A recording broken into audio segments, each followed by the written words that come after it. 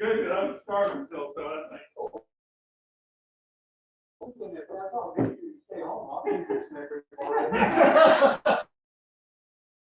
I just. Are you taking his toys and going home? I could do that. Let me set this up. Sorry. Are So we, you know we're live. we're live already? Yes. Let me.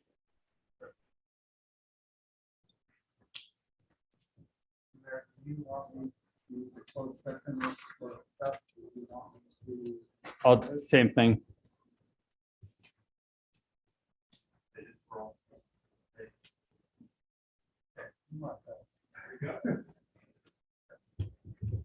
All right, this time we're going to call to order the meeting of September 7th, 2021. City manager, is there anything to say before we go into closed session?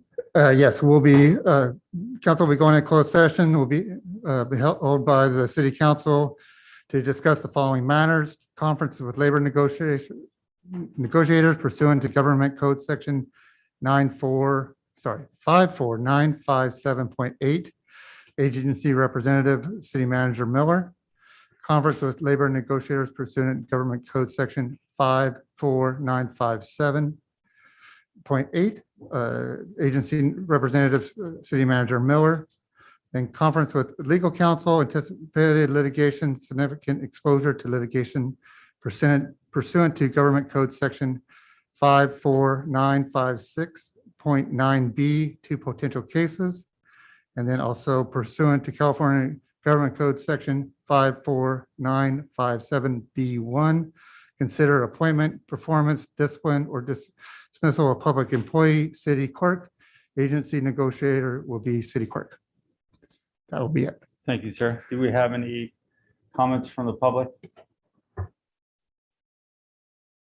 I have no hands raised and no speakers, Mr. Mayor. Thank you. Is there a motion? So moved. Second. The motion is second, roll call vote. Councilmember Perez, Yes. Councilmember Burns, Yes. Vice Mayor Resendez, Yes. Mayor Velazquez. Yes, Motion passes 4-0. thank you.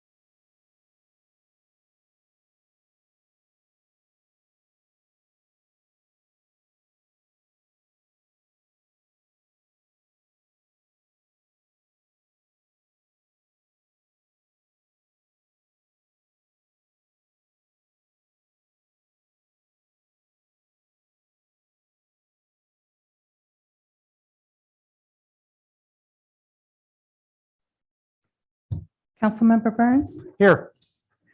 Vice Mayor Resendez, Present. Mayor Velazquez, Here. City Manager Miller, Present. Police Chief Renoso, Here. and the record will show City Attorney Epperson is absent. Thank you. City Manager, will you please report out from closed session? Agenda Oh, verification of agenda posting. verification of agenda posting. The agenda for the City of Hollister City Council regular meeting of September 7, 2021 was posted on the bulletin board on September 3rd, 2021 at 8:35 a.m. per Government Code Section 54954. Thank you. City Manager, will you please report out? Sure. On items 1 and 2, conference with labor negotiators, staff was given direction on the 2 litigation items. Also, staff was given direction, and then pursuant the appointment and performance of the city clerk, direction was also given, and closed session ended 7 PM. Thank you, sir. We're going to now move to the consent agenda. Are there any items council would like to pull? Do we have any from the public? Yes, Mr. Mayor, item A5. Is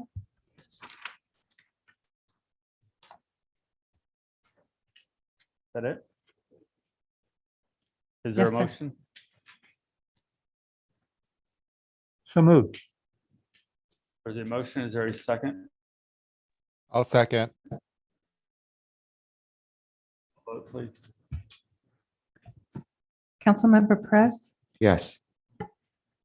Councilmember Burns, Yes. Vice Mayor Resendez, Yes.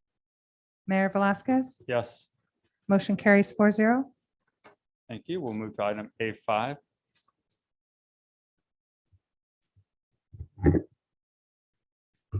Miranda Eberly,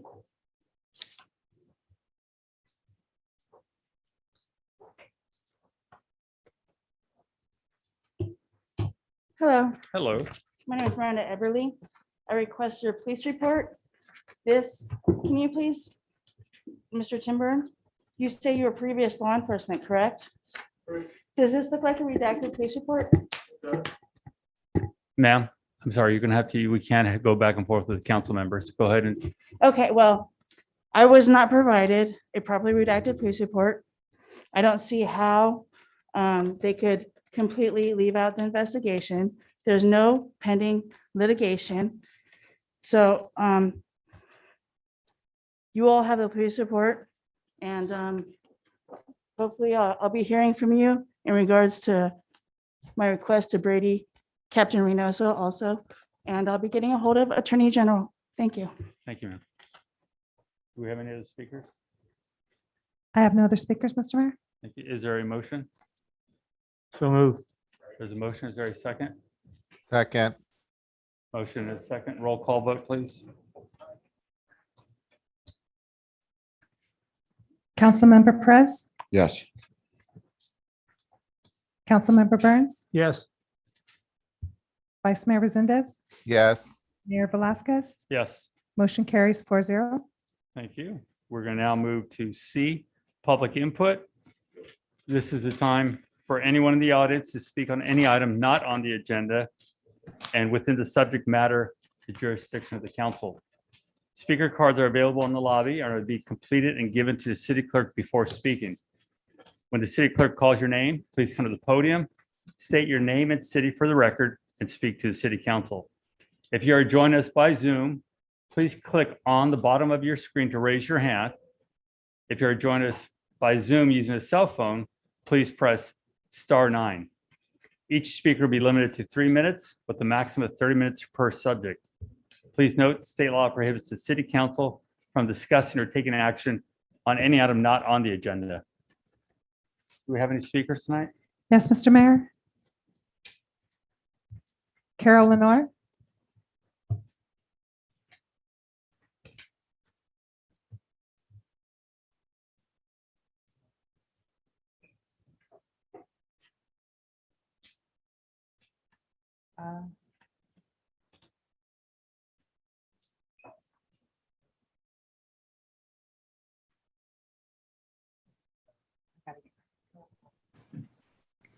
Can you hear me? Yeah, Good evening, council.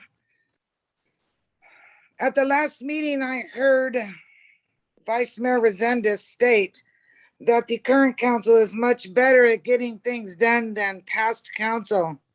There is nothing further from the truth. Business was conducted and decisions were made. As I recall, we did not continue much business. We made decisions based on facts and got it done. Take, for example, the fire services contract and tax sharing agreement, two important items. Just because you and Mayor Velasquez dissented on most items doesn't equal business not getting done. You kind of indicated that the past council lacked ethics. I know you aren't talking about me, at least I hope so, because I will defend my ethics. Mr. Mayor, I'm sorry. We are supposed to be addressing the council yeah. entire, please. Mr. Resendez, thank you. Go ahead and finish, Ms. Lenore. And you wouldn't be, it's, okay. I will defend my ethics, and you wouldn't be saying it now if Marty was sitting there. Since Marty is not here to defend his ethics, I take it upon myself. Whether you agreed with him or not, there was nothing unethical about Marty. He did what he had to do to secure equal rights on the council, and I thank him posthumously. It wasn't even an hour, and I am speaking to the full council. It wasn't even an hour after adopting the ethics ordinance that Vice Mayor Resendez was calling Honor and Rick ignorant for asking questions regarding the Unity poll. Ms. Lenore, that's why I'm going to stop you.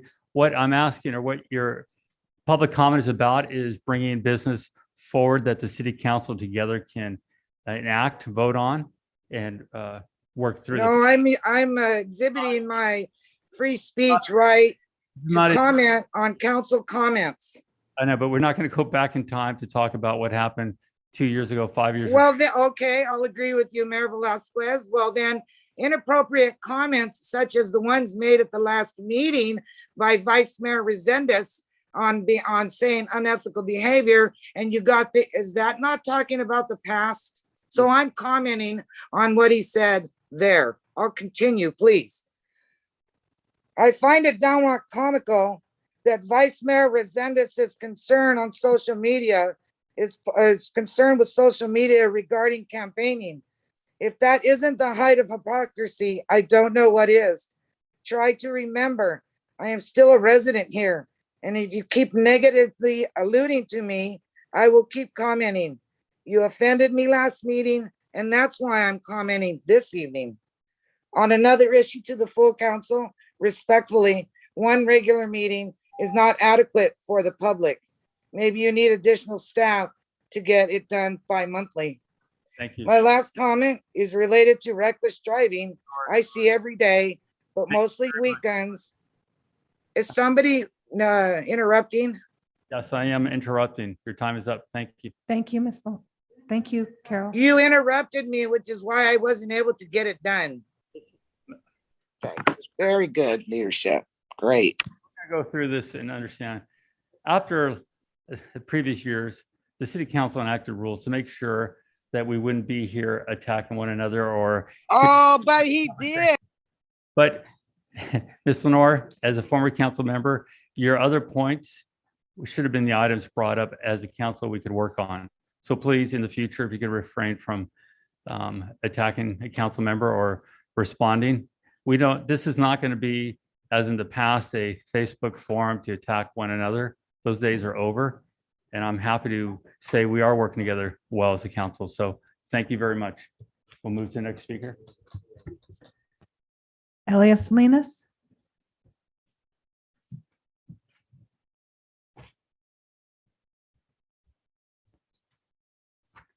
Good evening. Please note, Government Code states that the law prohibits the city council from discussing or taking action on any item not on the agenda. You must hear the public input without interruption. You have established rules and policies that only fit for your agenda and not for anybody else. You don't like being brought up on a subject, that's on you, because we are here and we can criticize your job that you're doing, whether it's a great job or whether it's a bad job, but you are not entitled to stop us from public comment because that is our constitutional right.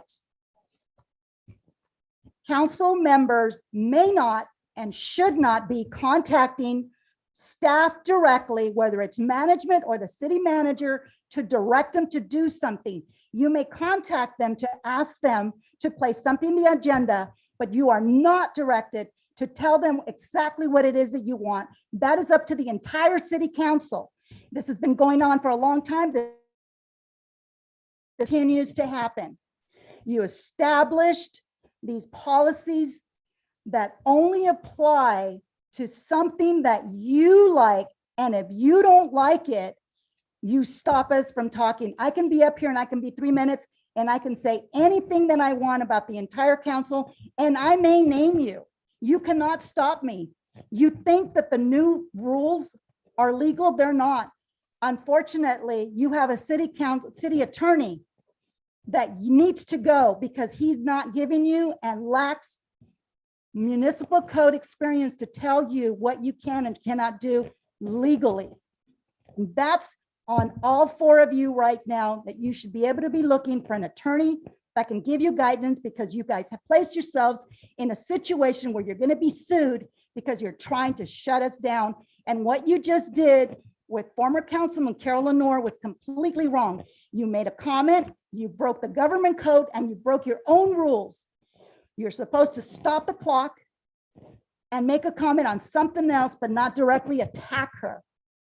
She can make any comment that she wants like anybody else.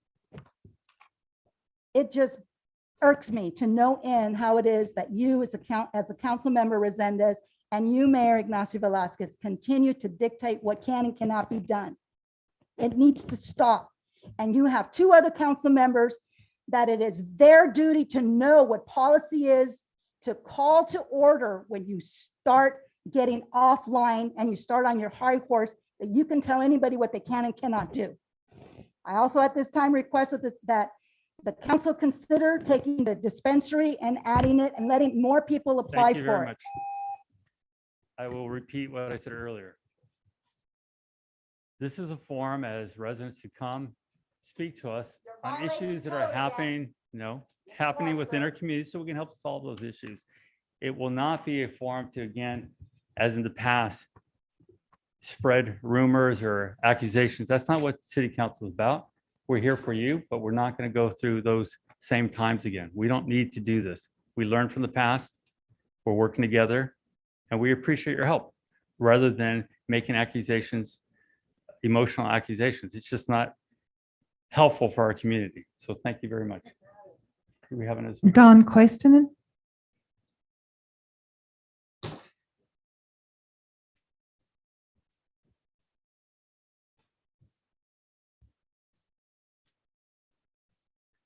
Gentlemen, I am not here for anything controversial. I'm here for a couple of stop signs. Some of my neighbors are here from the Maple Chapel Street area. We're requesting 2 additional stop signs. I've spoken to my councilman, Mr. Perez. He advised me that it costs several $1,000s to do a traffic study. I implore each of you to drive down Maple Street, heading east, come to the stop sign at the corner, stop, try to make a turn to the right without getting hit from someone speeding down Chapel coming from the left because you can't see him. So that's my ask, is that you guys go out there and maybe you can expedite this through the development department so that you don't have to spend $10,000+ to do a traffic study. The traffic since the new houses went in on that corner has gotten to be just crazy. People speed. I've almost gotten hit. I can't tell you how many times just trying to turn onto Chapel Street, coming from Maple Street. Also, I want to talk about trying to get out of our driveways. Friend of mine was backing out of my driveway and got hit by somebody speeding around the corner and slammed into her. We just need to have three-way stop there. It would probably make things go a lot simpler in the neighborhood. We'll avoid some deadly accidents.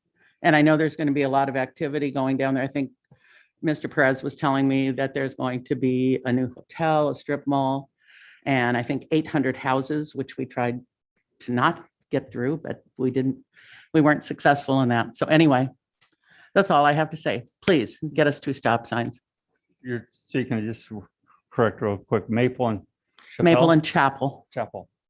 And you said another stop sign somewhere? 2 stop signs to make it a 3-way stop. Thank you. It's currently, there's only a stop sign right now at the corner of Chapel. Gotcha. We need a 3-way stop there. It's very Thank dangerous. you. Thank you.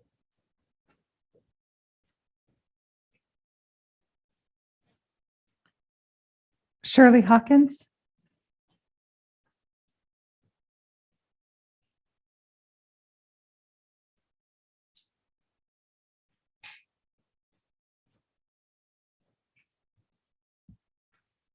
I'm a little nervous. Okay. Good evening. My name is Shirley Hawkins, and I live in District 1 at 271 Maple Avenue, the street in Hollister. I'm here tonight because I believe the intersection is unsafe. Almost on a daily basis, I see close calls with motorcycles, pedestrians, vehicles, bicycles. There's children who play on that corner. When stopped at the stop sign on Maple Street, the sight lines to the left is blocked by a wall, shrubbery, and vehicles. I believe that is not safe. It is not safe to turn on Chapel in either direction. I have watched people try to turn left and almost get hit. They can't see. The vehicle on Chapel Road coming from the left cannot see the vehicles that are stopped at the stop sign. And they're almost on top of them before they can see people pulling onto Chapel. The vehicles traveling from the right, turning onto Maple, they rarely slow down and they cut the corner. I have contacted Public Works and Representative Mr. Perez, and I'm hoping this safety issue will be addressed. It has been proven that a 3-way stop sign will solve those problems. There was temporary stop signs during construction of the houses, and we didn't have a problem. That's all I have to say. Thank you. Robin Pollard.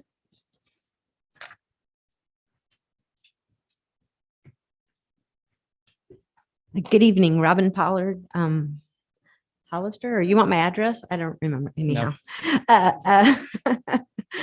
It's nice to be back here in Chambers. I want to thank you for opening us up again. I want to thank the ladies for Maple and Chapel. I was there 2 days ago and I said, somebody needs to cut that white rose down. You cannot see anything. It's really bad, but that's not why I came. I'm just support. I came to talk about parks. I attended the Parks Commission meeting last week, and a report was given about the bathrooms at Park Hill, and I understand they're short-staffed. And I see that I saw on the agenda, there's lots of jobs that you're putting out there on the agenda. So I'm hoping that you will add a parks maintenance so that perhaps the bathrooms in Park Hill can be finished and open. We were told back in June that they would be done in 2 or 3 weeks, and now it's September. And, you know, I get it that they don't have the manpower to do it, but if that's the case, we keep adding more parks with all the new development, and I'm for parks. I'm not against parks, but we have to have the manpower to maintain the parks that we have and to do these projects. And so that was my first reason for coming. My second one is also at the Parks Commission. Brigantino Park was discussed again and moving forward on the development of it.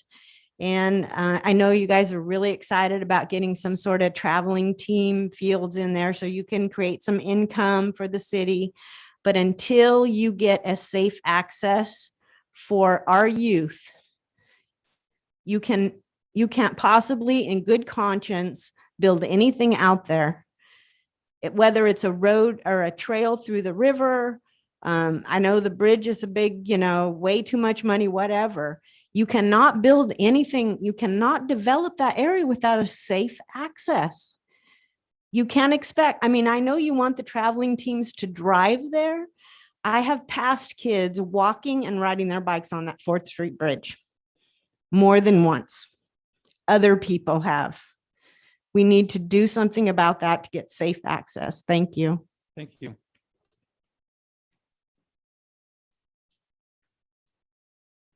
Dino Marati?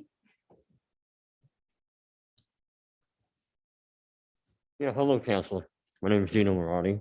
I'm representing Ruth Gary Marati and my mother-in-law. We've been having a problem in the back of our house. We got an old Victorian house at 644 on 4th Street. It's an old Victorian. It's been there for years. Well, I'm sorry, what street? On 4th Street, 684, right? 644. It's an old Victorian. It's been there for numerous years. The Geary family has been there for 56 years. They're part of District 1. Talked to Rick over there. He's very helpful, but his hands are tied, pretty much, in a nutshell. I'm not against the police. I'm not against the firemen. I'm not against any single city member at all. But I feel that there's some waste going on around. For instance, the flagpoles put outside. There's $12,000 right there. The police got those whirlybirds or whatever. That's another $15,000 I was told by city manager. And then on top of that, there's another $5,000 going to train the officers. That's fine. You got that done. Well, my concern is behind the house, going up to the electric gate that we have over there, there's potholes of 35 yards. There's potholes that are so deep when her mother, very special needs. When her mother comes home from the doctors, with Ruth takes care of her mother and takes her to and from doctors. Every time she goes through there, she tries it very carefully and very diligently, but her head snaps back and forth and her neck is very weak. Okay, and that concerns me. I'm really hot about that. I'm not asking to repave the road. I'm asking for the potholes to be filled. That's all. I go to find out that they were being done, and I thought it was a city doing it. No, it was a gravel guy that lives across the street from us that was filling it all on his own. He worked at a gravel company. The city never did nothing. And these folks have been paying taxes for 56 years. And you figure by now that something could be done with that. Just potholes being filled. They take 20 minutes to 15 minutes a piece. And there's 15 of them within 30. And even the name of the street is not even on there. You make a delivery, some guy can't even make deliveries anymore. What's the name of the street? Park Fremont. And that's ridiculous. I mean, come on. And if something were to happen to my mother-in-law, you'll be hearing from me because the city is responsible for that. I would imagine. Not to make a new road, it costs $1 million just to fill the potholes, please. Thank you, sir. Thank you. Thank you. Stephanie Castro?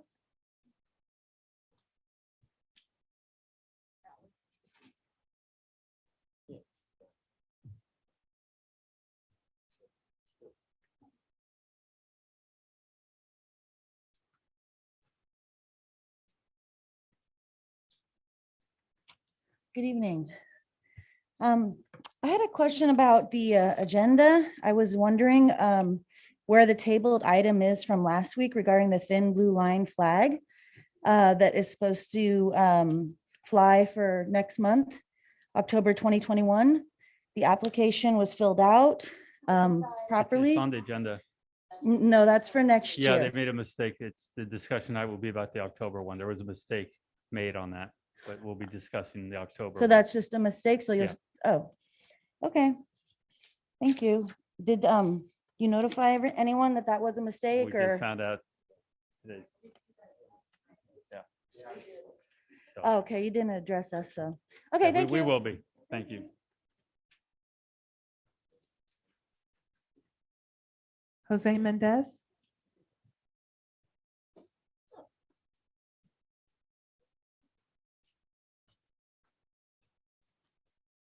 Hello, Councilman.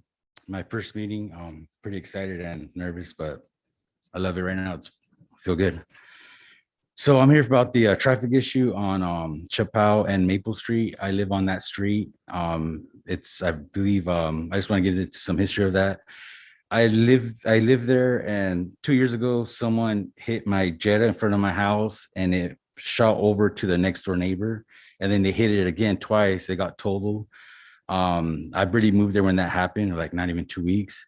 So then I kind of thought, okay, that's not good, you know? So then I have little girls and boys, so we're outside playing, cars are just zipping by.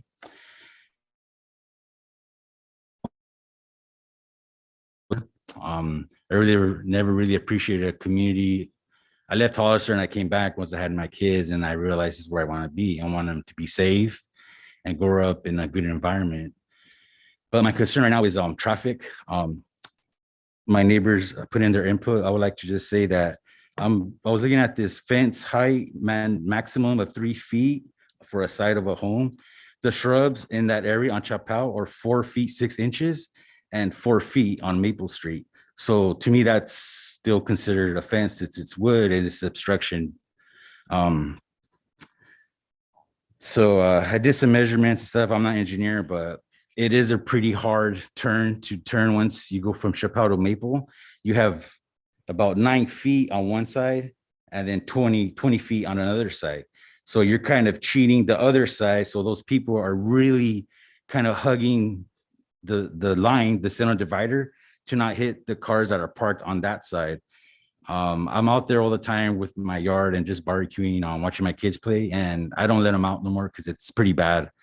Just on the way over here, we almost got hit leaving our house. There is an issue with backing up. The street has a horrible incline where it dips. So when it rains, it floods, but that's another issue. But developed. And my other concern, or I would like to just also say that I would like to see a 3-way stop. If anything, I mean, put some fence, some signs up, slow down, maybe one of those digital things that tell you your speed, just anything. And I also agree, I would hope someone would go out there and just survey that area and just check it out. But after 5, not in the morning, not at lunch, around 5 o'clock. We have a Starbucks now around the corner, so I could just see things getting worse. People are going to go get an expensive milkshake, a coffee. And I just don't think it's going to be a good situation, especially kids are in school now, of course, but it wasn't too bad. Now they're in school. So now you see the traffic from the parents, people going to lunch, and it's pretty bad. And I just hope no one gets hurt. Thank you. Sir. Thank you. I have no more speakers, Mr. Mayor. Thank you. We'll now move to item D1, City Manager's Report. Thank you, Mayor. I'll have staff look at getting a sign on the Fremont Alley. And then also I'll have code enforcement at least look at the Maple area, see if there's something we can do on a more immediate basis. And then finally, we have representatives from City of San Juan Bautista, and I was hoping that we can maybe move item F9 up on the agenda so that we can have them, accommodate them so that they can go home. They don't want to hang around with us tonight? I think they do this enough already. Come on, guys. You want to tell the public about speed humps coming up, or wait for that? We'll wait for that. Wait for We'll do that. the test first and then we'll get it. We'll test it, okay. Okay, if the council's all right to move item F9 forward, if there's That's fine. consensus? Fine with me. Right, let's move to item F9. Thank you. So this is for council to discuss an MOU to provide wastewater service, and it's actually kind of an emergency service to San Juan Bautista. San Juan Bautista has approximately 800 connections. Their current general plan is being amended to reduce their growth to 1.9%. The treatment plant impact fee from San Juan Bautista, if we do go forward, will be about 2.5 million. And it's been requested that they pay it over 30 years with the interest equal to the city's wastewater bond interest rate. The MOU will also have a maximum daily flow of 1.2 million gallons per day. Their current flow right now is 160,000 per day. Our peak capacity flow that we can handle is 5.5 million gallons per day, and we are currently averaging 2.2 million gallons per day. And then also San Juan Bautista will be paying a monthly utility rate that is only for the treatment portion of the wastewater, as the San Juan Bautista will be responsible for their own collection lines. But Don Reynolds, the city manager for San Juan Bautista, has a quick little presentation for council. Welcome, Mr. Reynolds. Thank you, Mayor, members of the City Council. Thank you, City Manager Miller. Appreciate your time tonight and your consideration of this matter.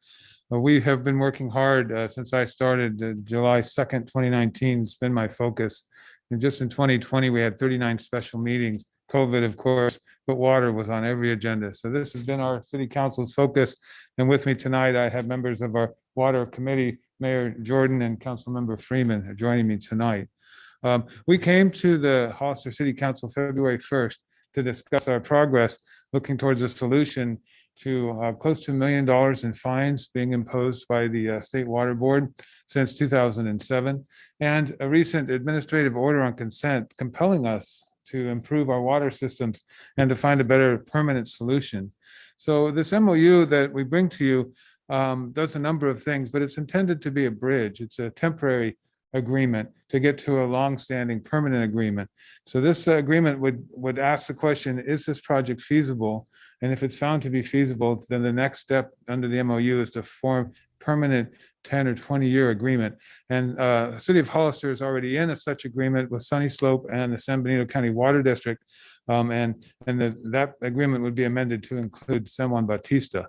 It's modeled after an MOU that we did execute in February of this year, where we have to import water that is less salty. So we're importing surface water from the reservoir through the West Hills treatment plant into our water system and blending it. So that way the water output is cleaner. And that's the ultimate solution. The MOU was drafted in April, and we've been working closely with City Manager Miller and the Wallace Group, who manages your treatment plant. Every time we had questions or recommendations of the Wallace Group and our technical staff, who's online, I believe, Gabe from Stantec, in case you have questions about some of these technical issues, we did negotiate through the agreement and did negotiate and discuss the connection fee. We estimated originally in section 3.12 of the MOU that the connection fee would be estimated $4.67 million. And that's based on your published rates. That's based on what you charge all of your customers for both collection and treatment. Bartle Wells and Stantec went through the agreement working with the Wallace Group and singled out just the treatment portion. And later in these slides, I will show you, I guess that works. Does that work? Pardon? Yeah, he had it working. Oops. I don't know. Oh, I'm sorry. I was hitting the wrong button. This is the first live council meeting I've been to in 18 months. I'm just doing the Zoom thing. Very exciting. Thank you. Thank you for your patience. Let me back up. Now I'm too far ahead. Yeah. Okay. So, is Paul helping me? Paul, I'm still on the first slide, if that helps. Okay. No, I need to go back one more. Okay, here we go. So, right, there you go. So the final draft approved by the Hollister technical staff was brought board to the San Juan Bautista City Council in August and approved at their August 17 council meeting. It includes the final cost analysis, rate study, and funding applications. Await approval of the MOU. So we've been also looking for numerous different ways to fund the project. What we've done since February is determine a final path for the force main to Hollister by sending it out through county roads. And this way we're reducing our reliance on private easements and acquisitions from 14 down to just 2. That also sends the force main past the industrial users. So let me talk for a minute about our industrial users. They will say to you that Earthbound Farms and True Leaf and Coke Farms are not industrial because they're required by our agreement to extend sewer services to them to only send us domestic wastewater.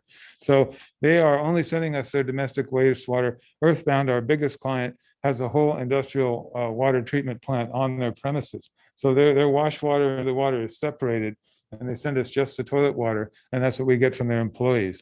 So their use agreements are limited to the number of employees and based on the number of gallons per employee that they would send us.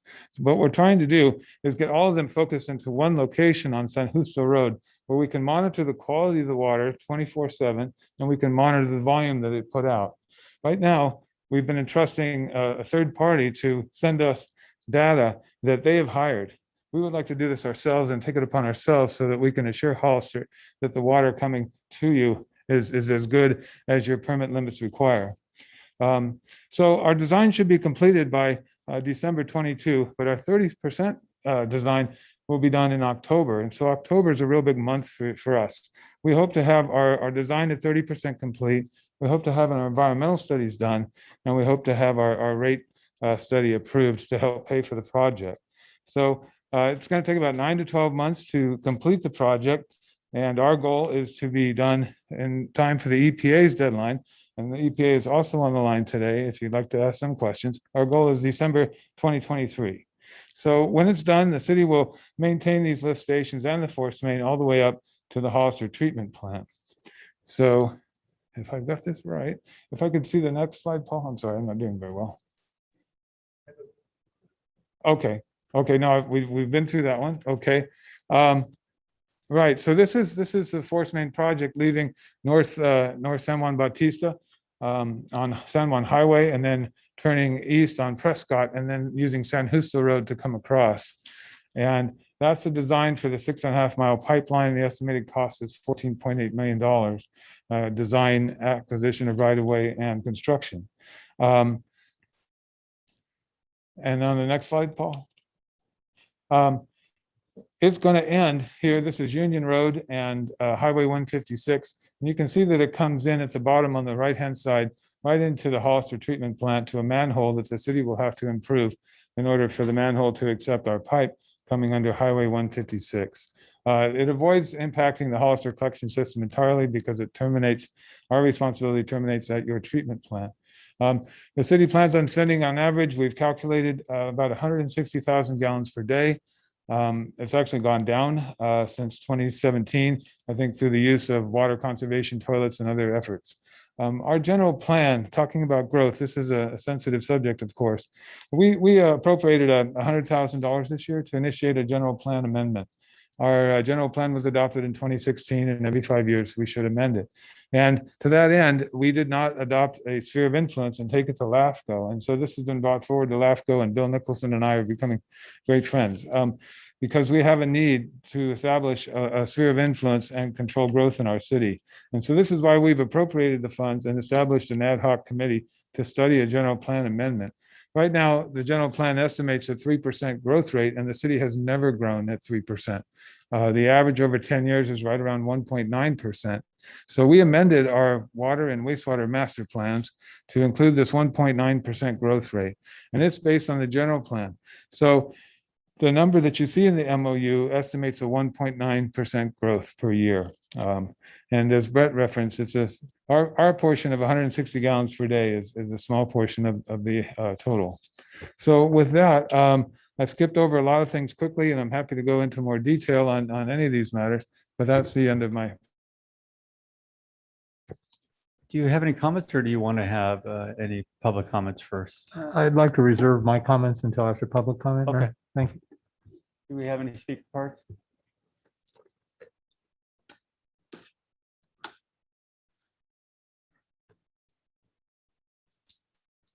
Yes, Mr. Mayor. Elias Salinas.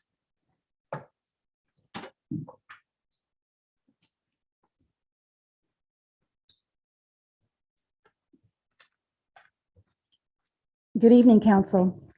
I have been advocating for years and years that San Juan Bautista should hook up both water and sewer to the city of Hollister. I would request an explanation to the citizens of the county as to why. I thought it would be a great idea since 156 is being expanded. Why not decide and get it done and use 156 instead of going through all this meandering, whatever. Maybe it was looked into, but the construction is there. The permit, the permission can be granted from the state, and it's more direct. It is shorter routes, so I don't understand. The permission has already been done. It's just a matter of communicating with the Caltrans to get permission. PG&E is already doing the underline wiring there. So it just be a matter of adding the water and the sewage. I think it would be very economical. We all know that San Juan Bautista has a water problem, and we all know that they have absolutely a big issue with the sewer, and the city of Hollister had that issue many, many years ago. So we can sympathize with the problems that the city of San Juan Bautista is going through. So I think it's a great idea that as advocate for the citizens of San Juan Bautista to have something. They have issues all the time. Their pipe systems are well over 100 years old. I think it's like 150, and they're going to have that impact as well to get new lines within the city and then get those lines hooked up to this new system. I personally would like to see, and I know that the mayor is going to disagree with me, but I would like to see, I don't think it's called, I'm going to call it a regional, but it's not, that's not the correct term.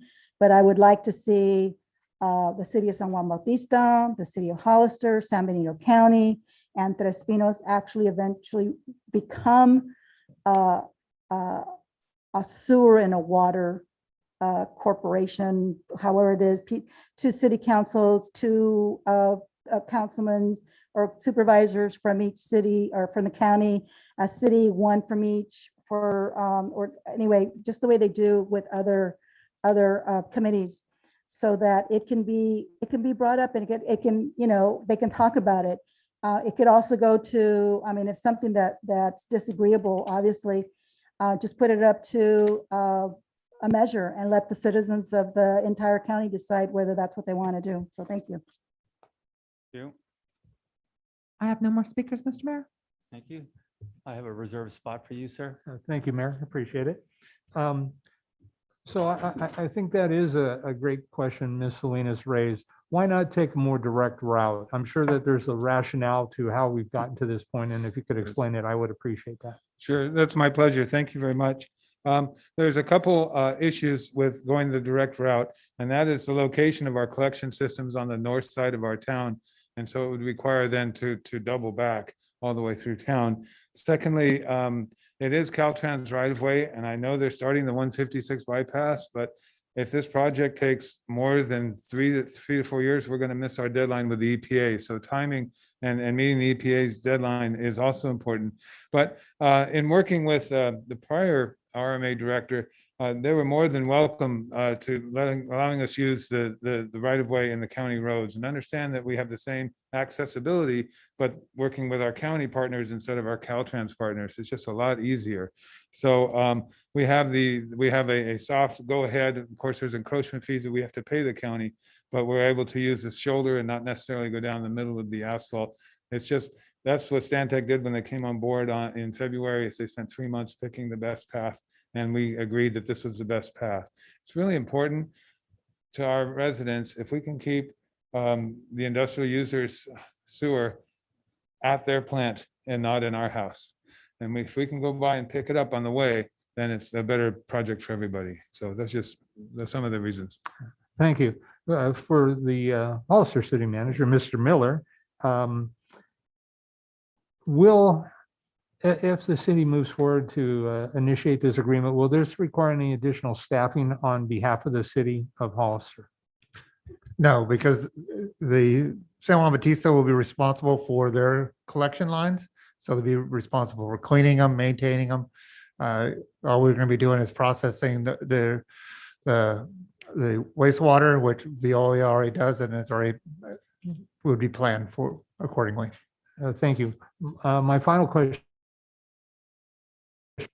Knowing that the city of Hollister has anticipated and we have development always going on here, has your assessment of our capacity factored in our forecasted and our We looked at it. I mean, like I say, 800 connections that's a small, recently has been a small development for Hollister. So yeah, we can handle it, and we have the ability to expand our capacity also. Thank you, Mr. Miller. I appreciate it. Mayor, I'm going to support this, and that concludes my comments. Thank you. sir. Any other questions from council? Just some comments if I can, sir. Go ahead, sir. Thank you. First of all, welcome our colleagues from the neighboring city to the city of Hollister. It's good to see you guys. And then I just wanted to make mention that we talked about this at the last intergovernmental. So those that were there, it's probably going to be repeated for you, but I believe that my colleagues here have not heard it. If we're thinking about expanding broadband services out in the county, I know that's something that's a high priority of both San Juan Bautista, the city of Hollister, and the county, and we're going to go ahead and open it up for the sewer lines. Then I would just say that we ensure that we do the broadband at the same time. So we can have those two things running side by side. That would be very beneficial to everybody and all the citizens. Those are my thoughts. Thank you. Thank you. We were just discussing, well, San Juan Bautista will be getting water from San Benito County Water District also. So we'll figure out the best path to get some conduit in there. Right. So I do have a few comments. I want to thank the council members here, Mayor. There she is, council member, for coming. This is an opportunity to show what partnerships can do. This has been a conversation for a while here between Hollister and San Juan, and there was some questions early on if it can be done. It was looked into at LAFCO. I think there was a question before if LAFCO is all right with this. And yes, it does work with LAFCO legally because we're two government agencies providing the same services. So the key to this agreement is that we're providing services within our jurisdictions and not just out anywhere. Somebody made a comment about providing services in different areas. This is how we got into trouble in the past. Basic sprawl happening throughout our community, our county. This works. This works as a partnership, and it's really makes a lot more sense financially, I think, for the city of San Juan Bautista to do this system, because the question was brought up or pointed out that this somehow should be a system for the entire county. Why wasn't it done that way? Well, if you go back and look at the history of our sewer plant, all of you that are paying that outrageous high bill right now that we're all frustrated with, that was designed for basically the entire community. But at the time, part of that community decided they didn't want to be part of the payment of that huge facility. So chose to go on their own path, not San Juan Bautista, but others. And the city of Hollister ended up shouldering the entire bill. And this is why we're paying this huge fee. That happened because of a lack of planning in the past. And more importantly, a lack of financial planning. Because when you have these plants that we spend $120 million for, you have to understand in the future, there's going to be more cost to this. And if you plan correctly, you'll have the dollars ready. When you don't, you're given a bill of $120 million with no money to pay for it. So this is how we got into the situation. So it does make sense for the city of San Juan and us to work together on this, save some money. The only concerns I have, and I want to make sure we're addressing it, the connection fee, our connection fee at this time is much lower than it should be realistically. And the study will show what that connection fee will be in the future. I think it's important that we understand that true cost of that connection, because as I said, later on, that sewer will have to be expanded and there will be major dollars into it. We still have quite a bit to pay off on that sewer plant, but I think we can come up with a reasonable fee that's fair and not the higher fees that will be coming in the near future. The service, what the true cost of that is, because we got to process the water, and our residents, as we know, are paying 80 base rate, and you use more water, you get a higher base or a higher rate on the sewer too. So we have to make sure we're understanding those numbers correctly, so there's no misunderstandings in the future as we have to raise rates. We want to be fair to San Juan. We want to be fair to our community. Since we're processing at a bulk, we need to understand what kind of waste is coming through. So we're clear on that up front, because the more salt or more other problems with it, it does cost more to process that water. So I think it's going to be important for us to get closer to the rate what we're paying, our citizens are currently paying in our city, so we can do that correctly upfront and not later, because it wouldn't be fair to the residents of San Juan Bautista to get another bill later saying, oops, we made a little mistake here. It's going to cost you quite a bit more. So I want to make sure we get that figured out. And I want to make sure we're clear on the services provided are for the city of San Juan Bautista, not the outlying areas. This is how we got, again, into problems in our own community where service was provided in areas it shouldn't have been. Cities are where growth should occur, not more sprawl. So I want to make sure we have a good understanding of that, and we're clear with San Juan Bautista. And the conversations I've had with them, they're again, I love working with these partners, and we work all so well together.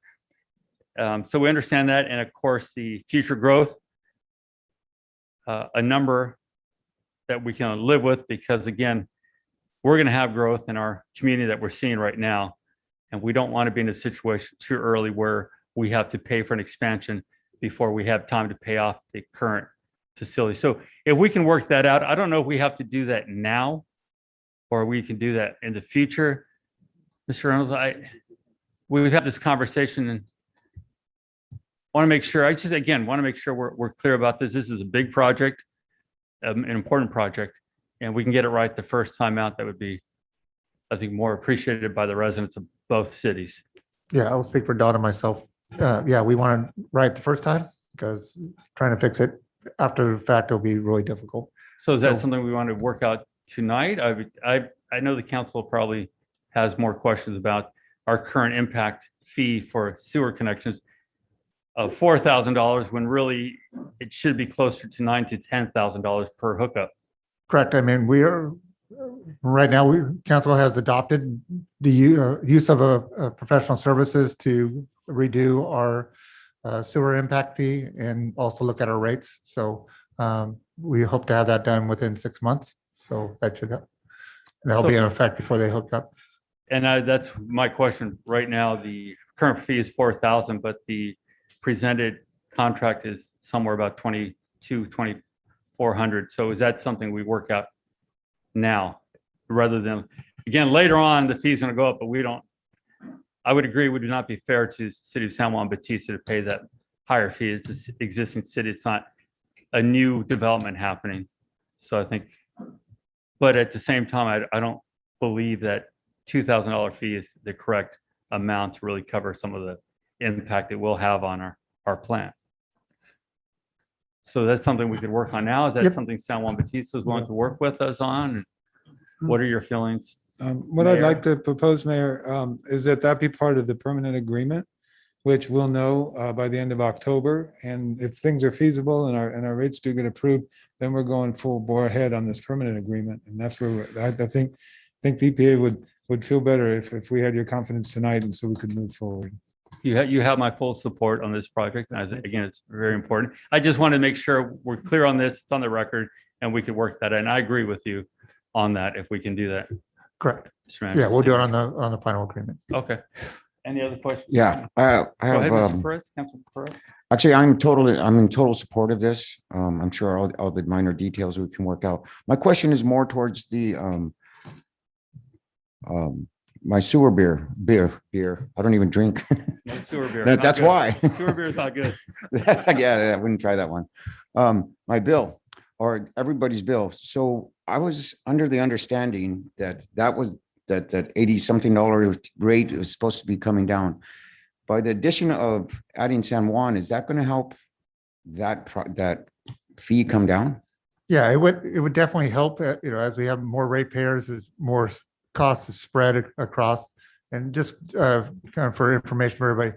So residential has a flat fee where our commercial rates is based on water use. But yeah, as we get the different hookups or impact fees, we have been using that to pay down our sewer bonds, which helps cut down on interest payments and our principal payments, which we've used to help lower our payments also.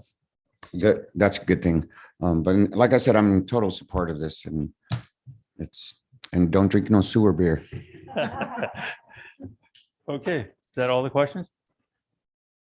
Thank you. Is there a motion? So moved. There's a motion. Is there a second? Second, Motion is second. Roll call vote, please. Councilmember Perez, yes.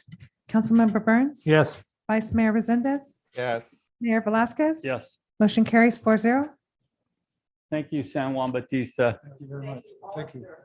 Thank you. We are now going to move to item E1.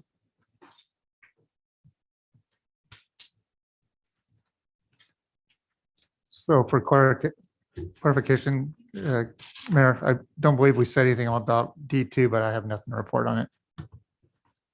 There's nothing to report on detail. Yeah, I just want to make sure. We're on E1. Good evening, Mayor and City Council. My name is Amber Cameron. I'm an associate planner with the Development Services Department. The item before you tonight is an appeal of action taken against the Planning Commission.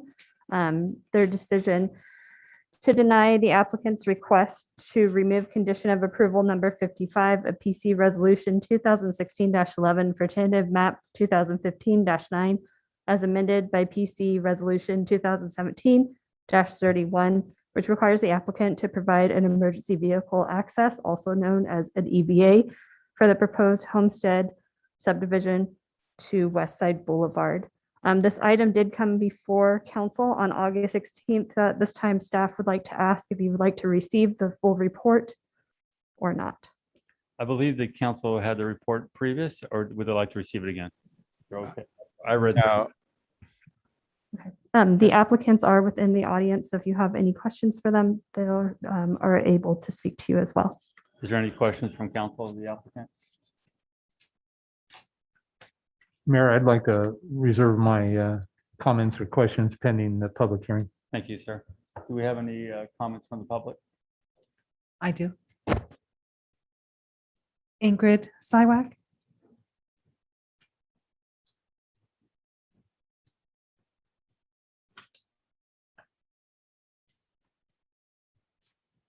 Good evening, council members and Mr. Mayor. Hello, my name is Ingrid Siwak. I'm the owner and builder of the 13 future homes along West Side Boulevard at the corner of South Street. Currently, the required EVA is a 26 feet wide open smooth concrete roadway from our interior street that will empty into a busy 4-lane arterial road, West Side Boulevard. This will be a huge long-term liability for the city 24/7 and going on forever. I want to make sure the council gives serious consideration to those liabilities.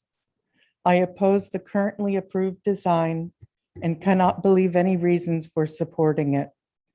I feel so strongly about it that I have attended now my 3rd hearing on this matter and expended $1,000 in appeal fees to get here. I want to make sure my buyers know I did everything I could to protect them. I recognize the concern one resident from the cottages raised at the Planning Commission hearing.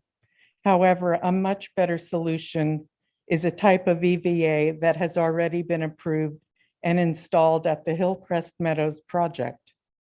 It is a 4-foot wide ADA compliant gate which allows people to pass without long-term liabilities from wide open spillage onto West Side Boulevard. I don't want to eliminate the EVA. I want to install a better one.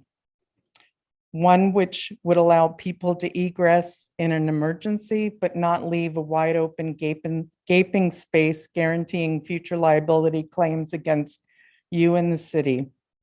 The fire department is on record saying would not use it in an emergency. I hope you can support a revised design. Thank you for your time. Thank you. Alex Siwak.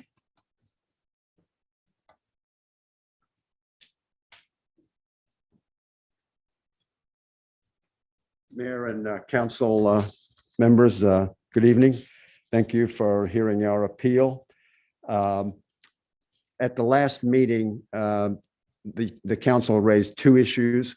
One, whether the elimination of the EVA would allow us to build another home out there. That is not the case. If you look at the schematic of where the EVA is, it's simply a 26-foot wide expanse from an interior street onto West Side Boulevard. A second point that was raised was, why wasn't this issue brought up at the original Planning Commission hearing back a number of years ago when the approvals, the conditions of approval were discussed then? At that time, we didn't know that an EVA was not necessary. A condition, one of the requirements of the conditions of approval was that once we started construction of the subdivision improvements, we would need to check with the fire department as to exactly what kind of EVA this would be. So when I initiated that call in February of this year, I was surprised to hear that the new fire department did not require an EVA. And in fact, at the Planning Commission hearing in April, it was stated that even if the EVA was installed, the fire department, in responding to an emergency, would not try to gain access through the EVA, but would go through the regular street access that's provided to take care of the emergency, rather than potentially spending time trying to open gates, remove bollards, and so on. So I brought you a little picture there with a design, an existing EVA as is approved on our project that's down at the bottom end of San Benito Street. It's a 26-foot wide open skateboard park that would empty into West Side Boulevard. And we think a better solution is to provide an emergency person access, as has been approved and installed in the Hillcrest Meadows on Hillcrest Road, just past the little 7-Eleven store. And there, the cul-de-sac is of a similar size, and they have a 4-foot gate that people can enter and cross over in case there is an emergency and so on. We don't want to remove an EVA condition. We want it to be a better EVA, and one that won't potentially invite the same sort of concerns as the people on the Chapel Road, Maple Avenue issue we're talking about. You can't possibly have kids and people running out into West Side Boulevard. Thank you. Thank you. Elias Salinas.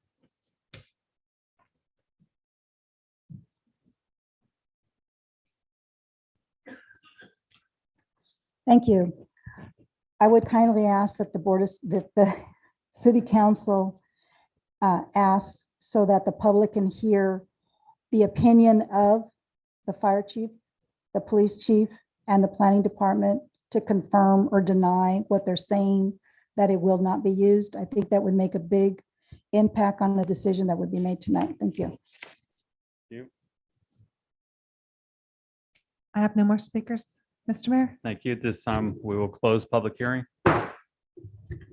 Councilmember Burns. Thank you, Mayor. With the city manager's direction or permission, I would like to hear from our acting fire chief. One of the comments made was that the fire department has said that they would not use the EVA in an emergency. And so I'd like to hear your thoughts on that, sir. And it's also my understanding that it came up at the last council meeting where this was addressed, that there was a fire that did happen there, and that at that time, the roadway for egress was obstructed by the fire equipment. And so I'd like to hear your thoughts on that and the benefit of an EVA. I am familiar intimately with the Hillcrest location that the applicant brought forward, and I've walked it and I'm familiar with it. And I'm not sure that we're comparing apples to apples in this analogy. And so I'd like your thoughts, please. Absolutely. Hi, my name is Charlie Bedell. I'm your acting fire chief. Yeah, I stand behind the planning commissions. And when I was approached about this, I didn't know it was a condition of approval. So when we did have that conversation, I had no idea. So usually on these smaller ones, if there's a certain amount of homes in there and they're sprinkled, we don't need it. So, but it was a condition of approval. It's different from Hillcrest because they have 2 ways in and out at least. This one only has 1 way in and out. It only took one time emergency, and I would have said, no, we don't need it. But then we did have that one emergency, and all it took was one person, and it was a complete blocking of the whole community on that. So with that, I am granting a variance to say, hey, we could do a 20-foot fire access road and gate it up and lock it. So I'm okay with cutting it down from a 26-foot to a 20-foot gated locked gate. So not a pedestrian, but a fire access road. So we could open it up and traffic could go in and traffic could come out. Thank you, Chief. Mayor, I'd like to defer to I do have a couple more questions. However, I'd like to defer in the event the council has questions of the chief, so we don't have him back and forth, back and forth, back and forth. Does anybody have any questions of the chief? I just like to get a clear picture of what you're saying. Basically, just put up a gate, a wrought iron gate, something like what they have here, at a 20-foot, and that would give you plenty of As long as access in there. as long as it swings open to the full 20-foot, it could be whatever gate they want. And that would still solve the problem of balls running in the street and skateboards and all that stuff. And would It's that going- also? It's going right into the sidewalk. So I mean, I'm not. So I mean, I guess, but my other part is, so having the residents have an escape route also, how would that fit into that? Is there going to be another gate to I take up think- that 6 feet? I think a great example of one that we had was on Black Forest and Sunny Slope. If you look at that EVA, it's just one gate and people are able to climb over it if they need to or go underneath. They need to, but it'll be able to swing open and we can go right through it if needed. Instead of completely blocking it all off so nobody has access. So it's just just a standard tube pole that locks in the middle, and then we'd be able to go in and open it up. People could still climb under it, or people could still climb over it in case of emergency. Then when we get there, we can unlock it. It sounds like Especially like the incident where we had the whole intersection blocked off during the fire at that one house. And Murphy's Law, it did happen. So I was corrected and I stand corrected. I did say, no, we don't, and we won't. And then that emergency happened. So I'm willing to admit when I was wrong on that, and it proved it that day. So we're just adding more homes there, even though it's the 12 or 14, we're still adding more people there and cars there with the one way in and one way out. Thanks for standing up for that too. Yeah, it's like, I am concerned about the safety of the residents, and we've had a perfect example. Maybe it was a good warning. Yeah, I think a double gate sounds good. Yeah, it sounds good. Like I said, I stand behind the planning commission and the condition of approval. So I support that. Mr. Mayor. Go ahead, sir. Thank you. I don't know if this is a more of appropriate question for planning department than it is fire department.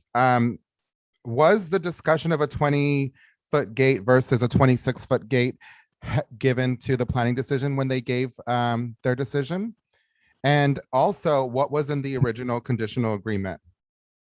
As far as that goes. I believe the original is a 26-foot in the agreement. So if that's what the agreement says, then I support that 100% with what the planning commission. Okay, and then was this discussion about a 20-foot rather than a 26-foot, was this given or was this told to the planning commission when they rendered a decision? No, this has been ongoing with an email back and forth with myself and the builders on this issue that I said, I'll let you do a 20-foot.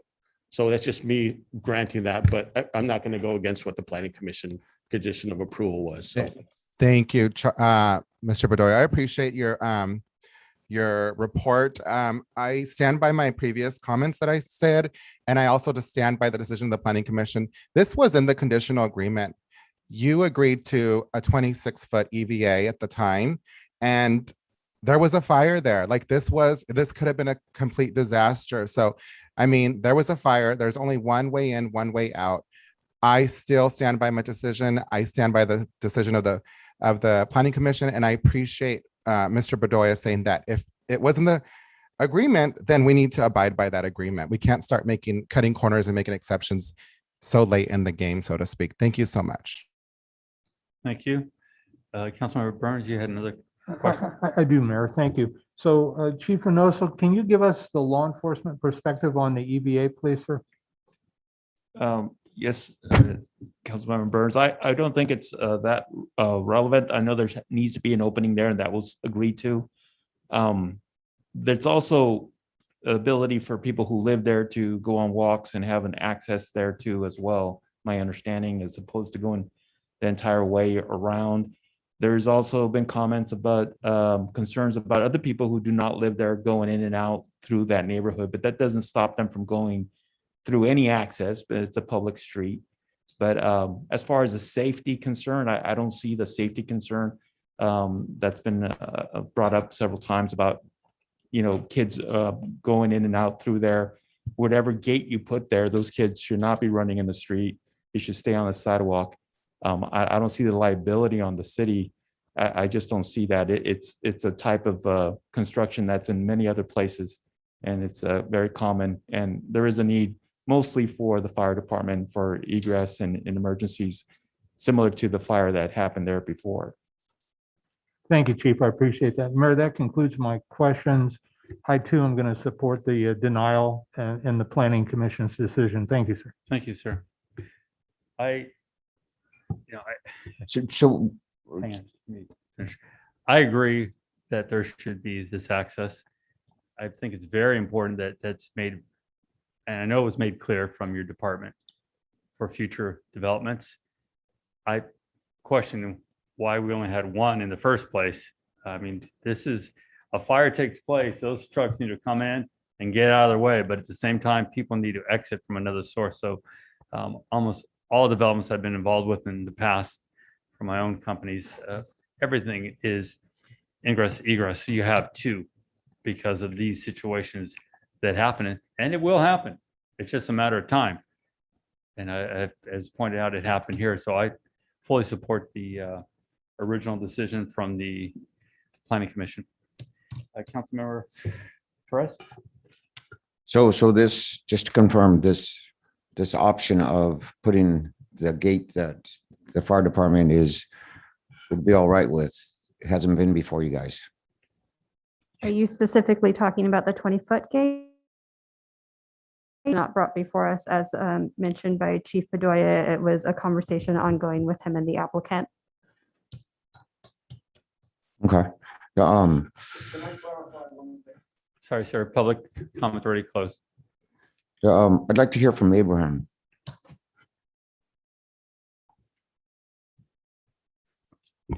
Thank you, Councilmember Perez. Abraham Proto, Development Services Interim Director. How can I help? So,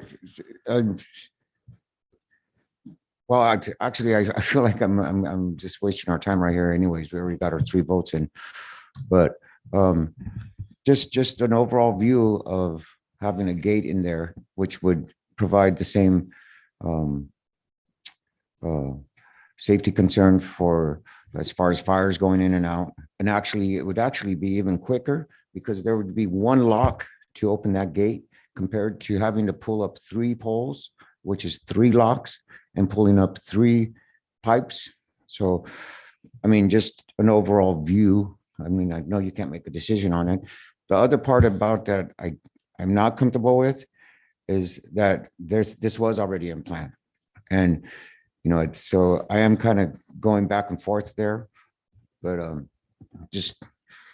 Thank you, Councilmember Perez. Yeah, so as mentioned, this project originally came in with the before the Planning Commission, and the Planning Commission approved it with the condition of approval that an emergency vehicle access at 26 foot wide was be in effect. As Chief Bedoya indicated, he wasn't aware that that had already happened during when the original Planning Commission approved it. Chief Bedoya, I believe, was not part of our development review committee. Now he has been for the last few years, and so he has all the background on these last projects. At that time, he was not. So hence the reason why he came back to us afterwards and indicated that, and appreciate that from him as well. So when the applicant that has the approval, Mr. Siwak and Mrs. Siwak came in, they came in and they asked if it can go before the Planning Commission again, specifically for this condition, to try to see if it can be removed. And the Planning Commission at that time unanimously indicated that they supported that it stayed, which is why we're here today, because they appealed that. Okay, so let me say it a different way. Sure. So if the applicant wanted to come up and say, hey, instead of doing the poles, instead of doing the 6-foot gate, if we wanted to do a 26-foot gate, they could still actually go back and do that process still? At this point, the gate, 26-foot wide gate, emergency vehicle access is what's required. If you as a council want to change that requirement, you have the ability to do so if that's your prerogative. But at this point, if the appeal, the decision of the Planning Commission is upheld by the council, then the 26-foot wide emergency vehicle access would be required to be built. So basically, instead of having 3 poles, they could put up a gate. So right now That would have to go back before you guys. So right now the 26-foot wide gate is what is required. Unless you want to change it to put the poles, that's your prerogative. You can make that recommendation and that change. But right now, what's before them, the applicant wanted to remove the 26-foot wide gate requirement. And like Chief Bedoya indicated, the gates that was referred to as in the Hillcrest Meadows development, that is a pedestrian gate. However, they do have 2 access, one off of Trinity and one off of Sawtooth, that particular development. So it's a little bit different, as Councilmember Tim indicated. And it could be a challenge of comparing them apples to apples. Well, I guess what I'm going off of is the picture that we got here. And Yeah. and the one with the 3 poles in it. I'm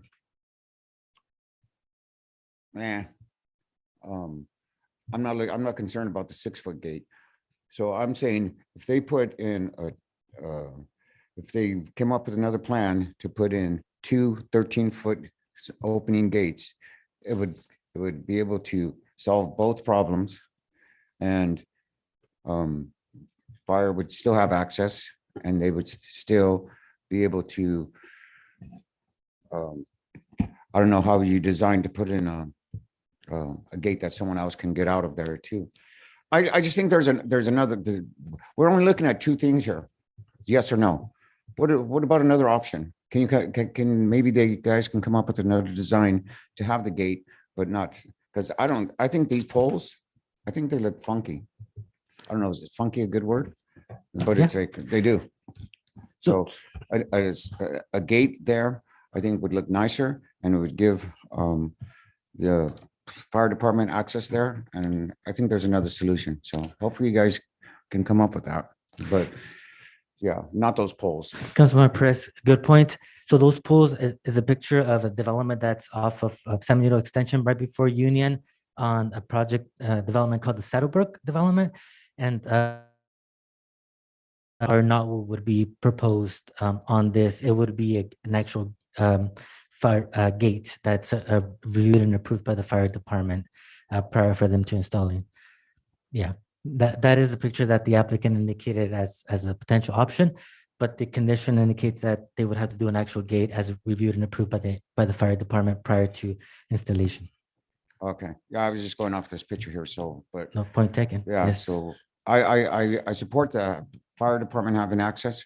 I just hope that we can come up to work to a better idea than that. Thank you. Is there a Thank you. motion? I'll move that we adopt resolution number 2021-170 and follow the planning commission's recommendation to deny the amended tentative map. There's a motion.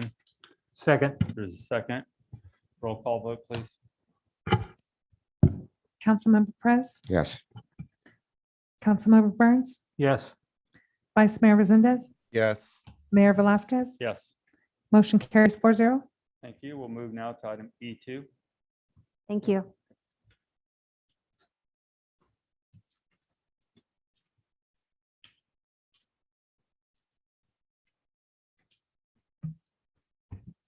Good evening, Mayor and council members. My name is Christian Bulis. I'm with the Engineering Division. The item before you is a subdivision improvement agreement and a deferred improvement agreement for the West of Fairview Phase 1B. This project will consist of 133 single-family home. This project had received tentative map approval back in 2007. All the improvements, including roads, water, sewer, and storm, will be all public. Are there any questions for staff? Any questions from council? Do we have any speaker cards on this item?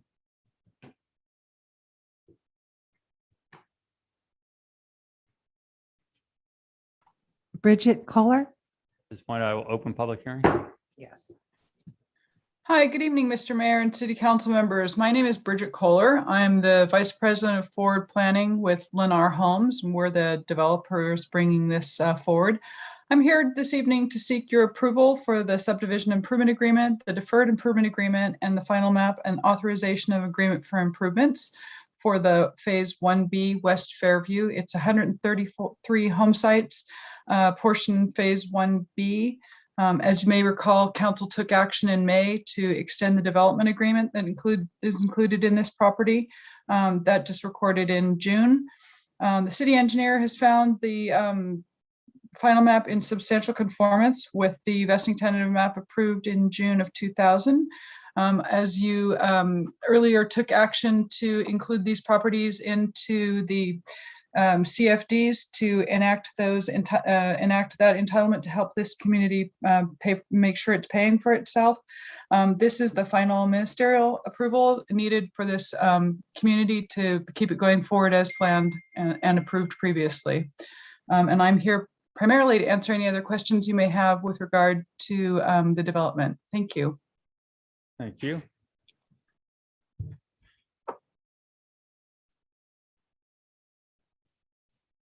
Do we have any other speaker cards?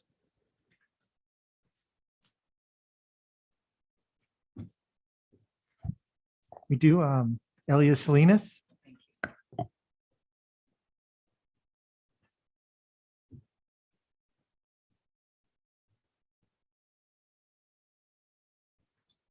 Good evening, council members. I asked that the I'm so sorry, I haven't made it into a city council meeting in a while and I keep calling you supervisors. I apologize for that. I request that the city council approve the resolution for the Lennar Homes. It's been a long time in the planning. It's been, I think I heard 2007, but actually it goes longer than that. In 2007, they actually finally came to the city with some papers. And it goes along with the influence and the other homes that are already on the east side of Fairview. This is called the west side. So I should do Airline Highway. Anyway, I request that it gets it get passed. She already has mentioned about the affordable homes that have been taken into consideration, which brings the city closer to being in compliant with the state mandate with having to have affordable homes. So thank you. You. I have no more speakers, Mr. Mayor. This time we'll close public hearing. Is there any other questions or comments from council?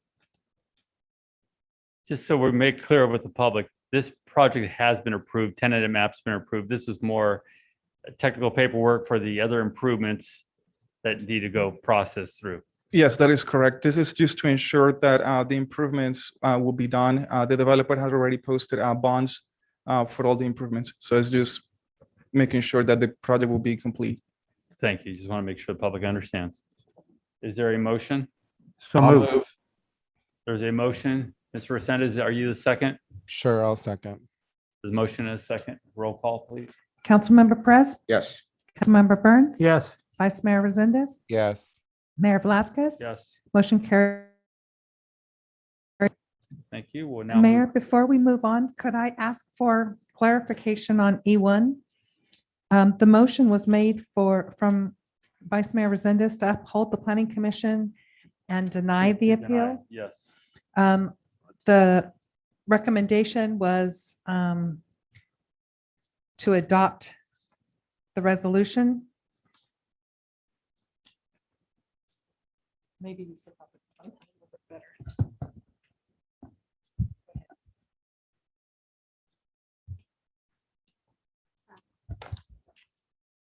So, sorry, can you guys hear me? Yes, we can.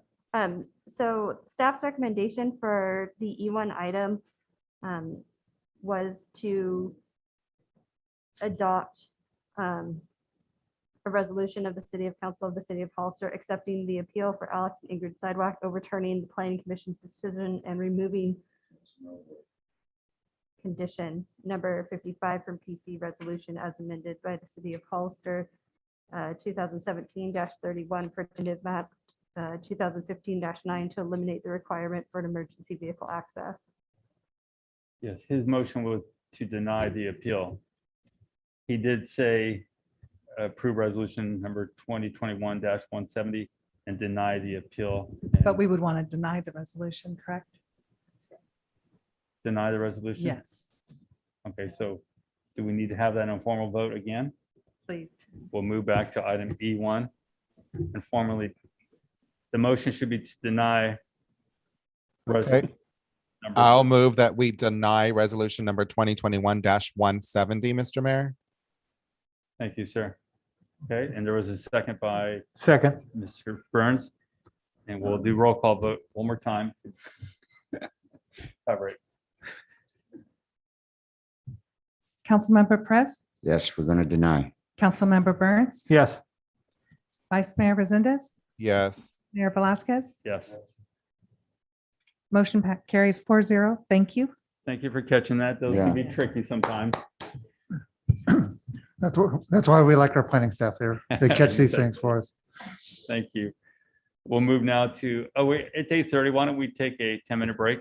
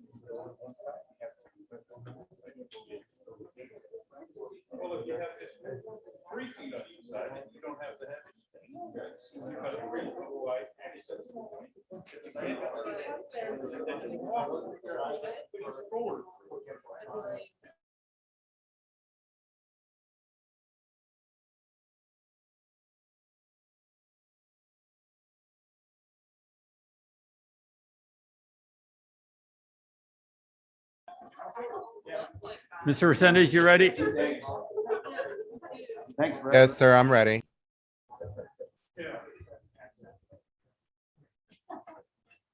All right, at this time, we are going to resume the meeting. We're going to move now to item F1. I'll just make sure I'm there. Okay, thank you, Mayor.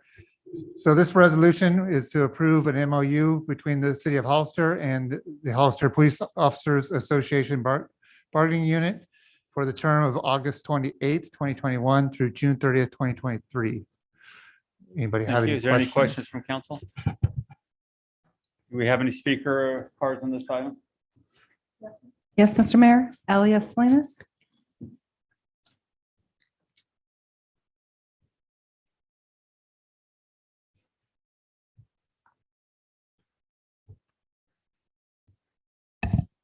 Good evening, council members. I would request that you also agree and pass this resolution.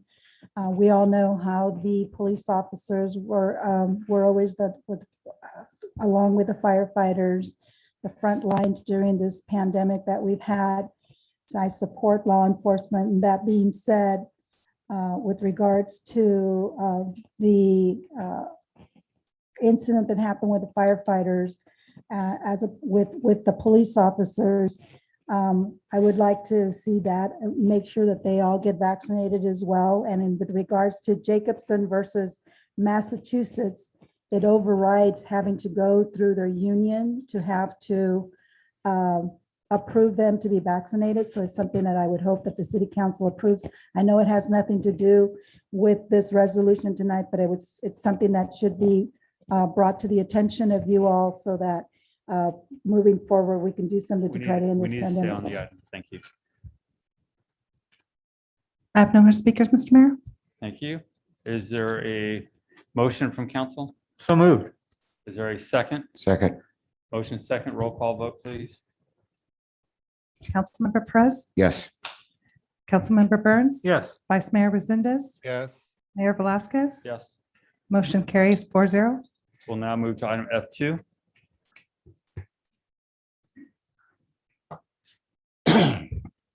Good evening, Mayor and City Council members. My name is Sydney Vega. I'm a Human Resources Technician in the city's Human Resources Division. All right, I have a few items tonight. The first one, F2, is adopting a revised job description for the position of airport manager. On the August 2nd meeting, you saw some revisions and had recommendations. These recommendations were to more clearly define and set expectations for the position, as well as include the master's degree wording in there under the experience training qualifications. So those revisions have been made and staff is recommending adopt. Thank you. Any questions from council? Do we have any speaker cards? Yes, Mr. Mayor, Elias Salinas.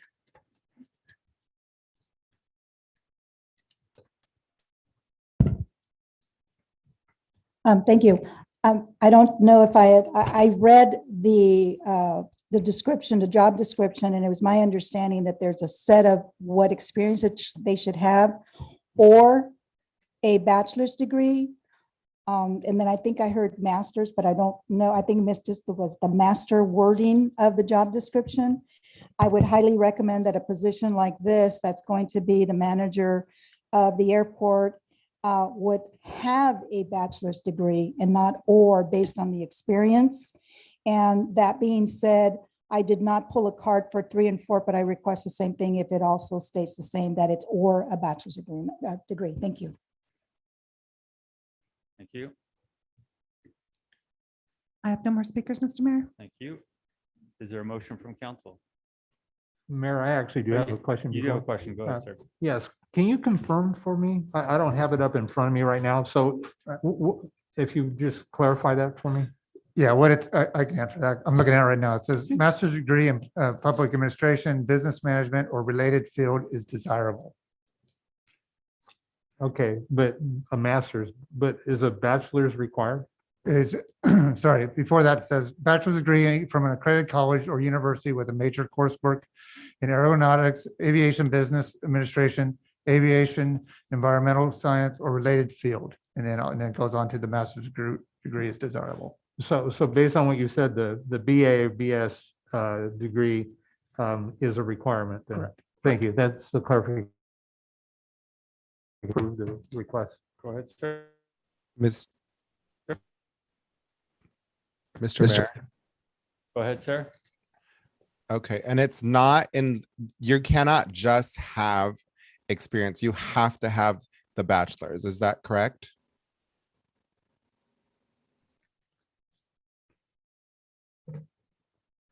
To answer your question, sir? I didn't hear him. He said Oh, sorry, correct. Yes. Okay, perfect. Thank you. There is a motion and there is a second. Second, Motion and second. Roll call, please. Councilmember Perez, yes. Councilmember Burns. Yes. Vice Mayor Resendez, Yes. Mayor Velazquez. Yes. Motion carries 4-0. Thank you. Thank you. We'll move now to item F3. All right, so item F3, similar, so it's adopting a revised job description for the position of Community Services Director. At the August 2nd City Council meeting, recommendations were made to separate the Parks Division from the Community Services Division, and then added on to Recreation for Parks and Recreation Department, and then as well to add that master degrees language, which we have done. And then staff recommends adoption of this as well. Thank you. Any questions from council? Mayor Velazquez. Go ahead, sir. Thank you. I may have just misread this, but as I look at F3A under experience, which would have been on pages 343 and 347, under prior, it says prior experience managing a multifaceted recreation program in the high-level management or director's position is desired. And so maybe I'm confusing things, but if that's there, my question would be, why would we have that there if we've now created a recreation and parks director position? Am I seeing something that isn't there? My assumption is it should just be removed. Sorry, can you repeat this section? Yes, it was under the experience section on pages 343 and 347 of the staff report. It was in there. I didn't see a red line through it or anything like that. 347, page 347 and page 343 under experience. Yeah, we can remove the water, sewer and streets. Well, this would be for the Community Services Director, so they would still Oh, be, sorry. so they would still be overseeing water, sewer, and streets, and then later on sorry. tonight, we'll be addressing the Parks and Recreation. Right. No, my point was simply Oh. when I read the job description, I believe I read that it said, prior experience in managing a multifaceted recreation program in a high-level management or director's position is Oh. desired. And so that should, my sense is if it's there, it doesn't apply to this position. And so it should be removed from the job description. Yeah, correct. Sorry, the rec, go ahead. I was gonna say that is correct. Anything pertaining to the Recreation Department would fall under the Recreation Director. Right. So this should be eliminated. Correct. So we would ask that you would make that in your motion, that we remove that item. Of the Okay. part, I see what you're saying. Right. Yeah. Parks maintenance. Right. Okay, any other questions? Do we have any speaker cards? I have no speakers, Mr. Mayor. Thank you. Is there a motion from council? Yes, Mayor, I'd like to make that motion with the recommendation that the language that I've reviewed be removed from that job description. Of the parks maintenance? Right. Okay. There's a motion. There's a second. Second, Motion and second, roll call vote, please.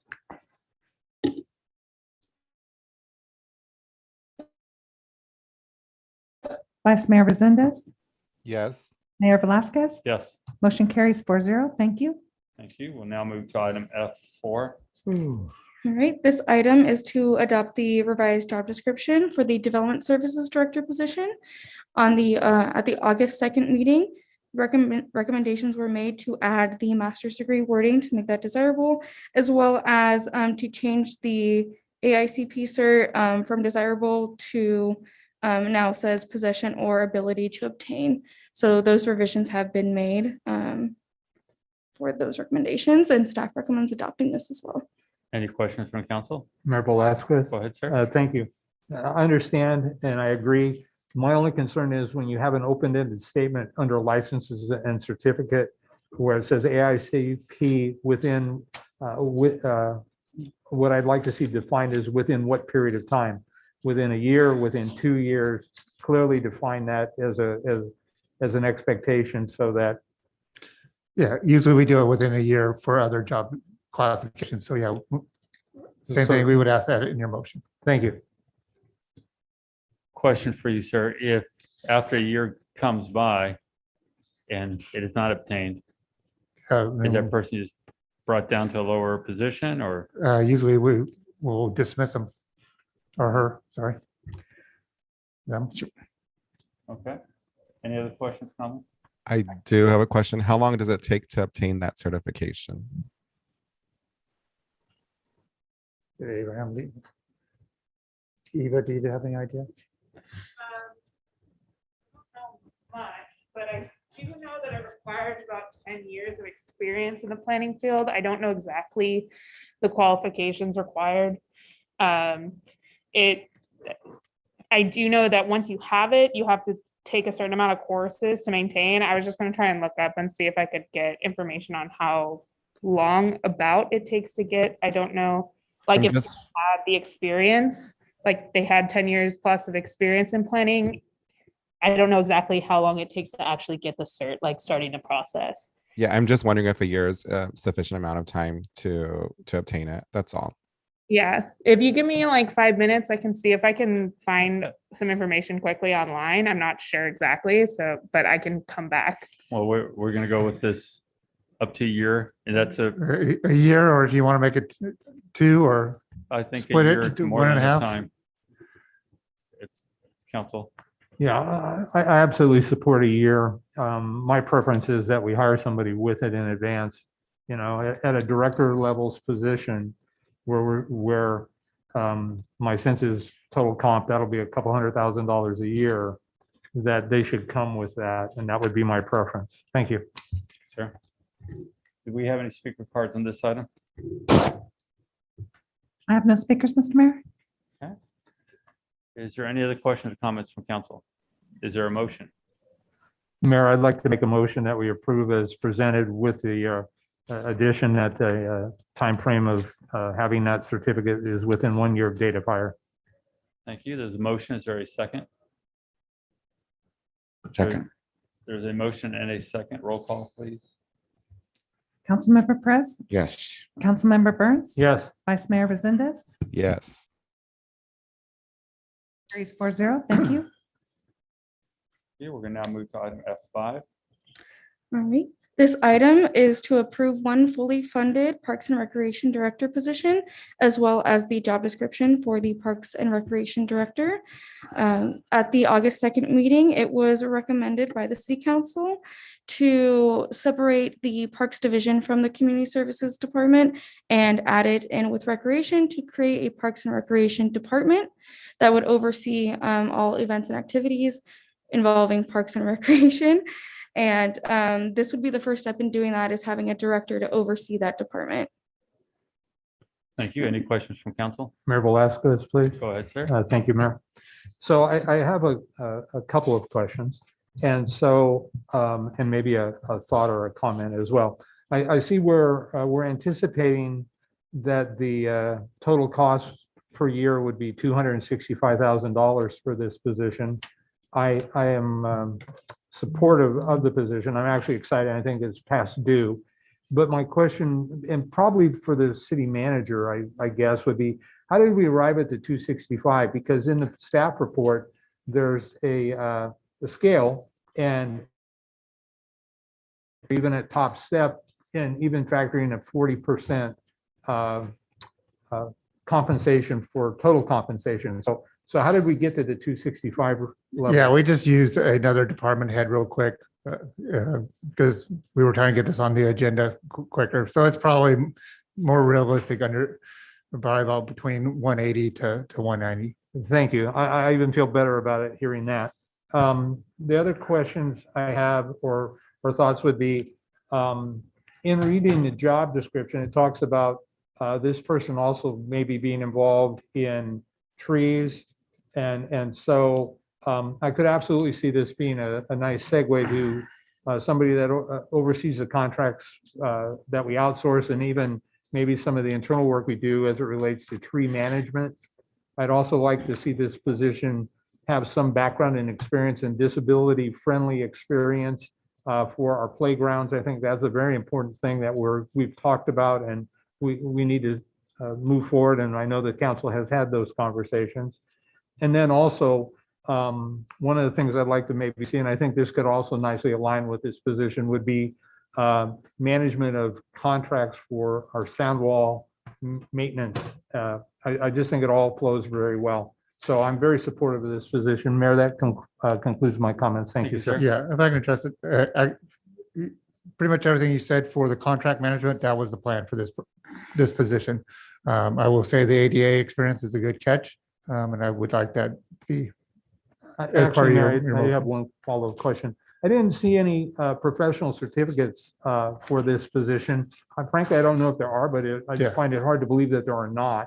And so I'd like to know what your thoughts are, Mr. City Manager, in regards to that. Yeah, on that one, I wasn't aware of any professional certificates, but it would, I mean, if an applicant had them, that would be very desirable to us. Thank you, sir.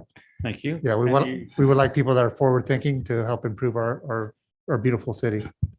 Thank you. Any other questions from council? Yeah, I just, actually, it's not necessarily just towards this one. It's towards all of them.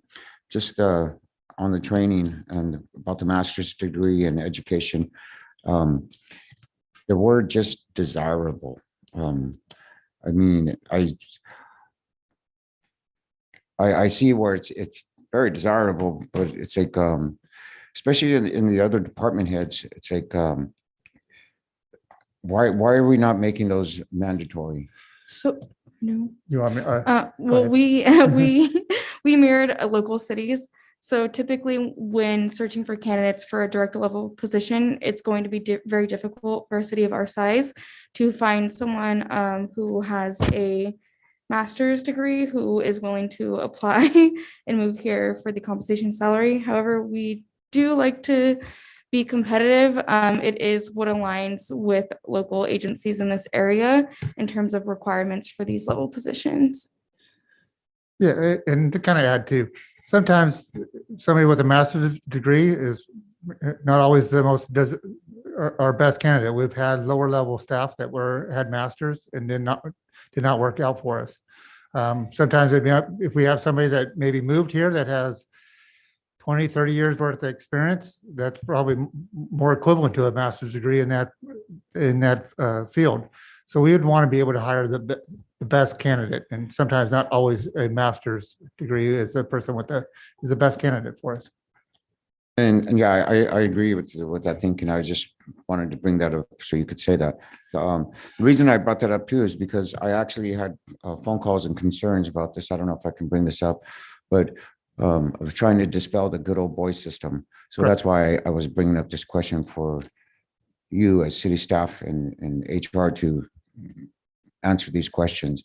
So I just want to affirm that we are picking the best candidates that we get out of any pool that we get. Yeah, we always do that. All right. Thank you. Do we have any speaker cards?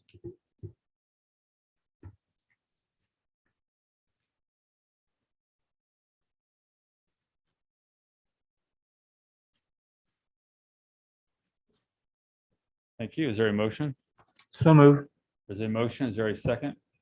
Second, Motion and a second. Roll call, please. Councilmember Pres, yes. Councilmember Burns, Yes. Vice Mayor Resendez, Yes. Mayor Velazquez. Yes. Motion carries 4-0. Thank you. Thank you. We'll now move to item F6. Thank you. Good night. Thank you, Vega.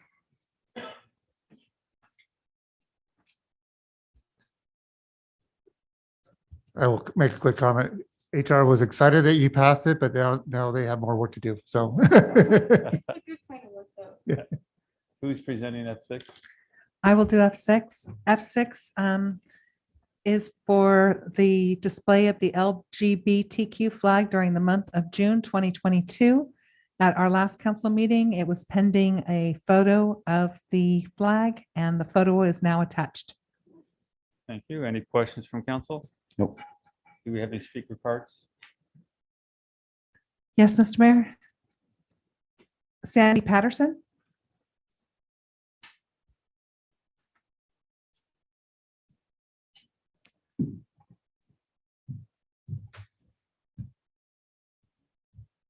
Good evening, council.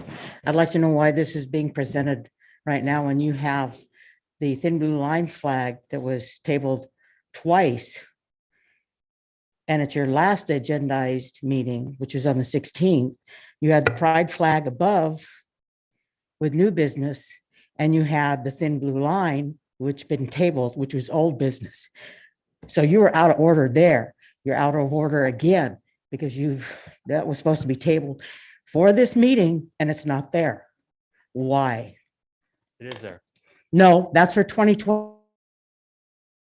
Out. They're going to correct that. It was so. Okay, then that needs to be brought forward now, not the pride flag. No, that's the next item. No, it's not. It is the next item now. It is not. Now, the agenda was made up. There was a mistake made on that. There's a mistake. They will clear that up. as Okay, the then you item need to bring comes it up. forth now. It doesn't work. And as you're saying, it's just as it was. Yes, brought it up. does. That's Yeah. that's the Robert's Rules of Order and Parliamentary Procedure. You're putting a new item before an old item. You did that last time and you're doing it again. So correct it and you bring forth the thin blue line flag now. That's the way it works. Ma'am. No, Okay. Thank you. thank you. Do we have any speakers?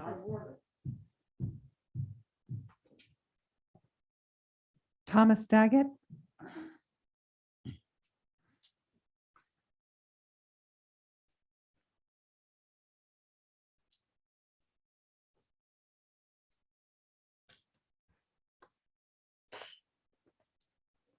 Good evening, Mayor, City Council.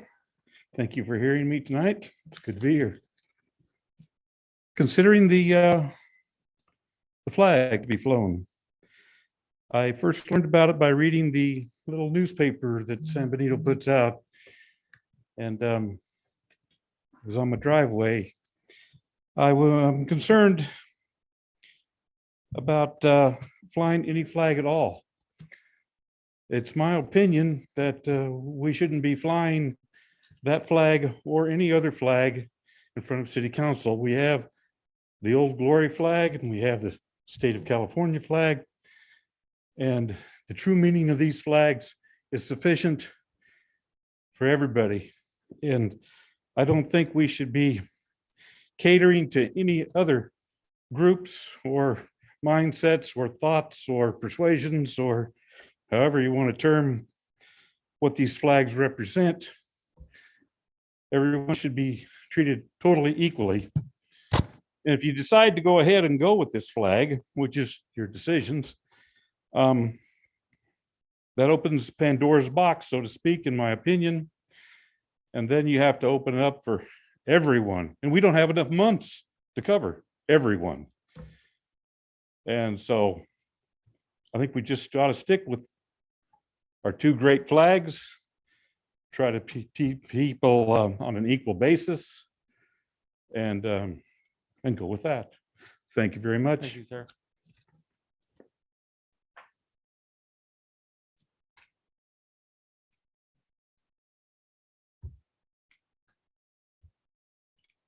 Elias Salinas.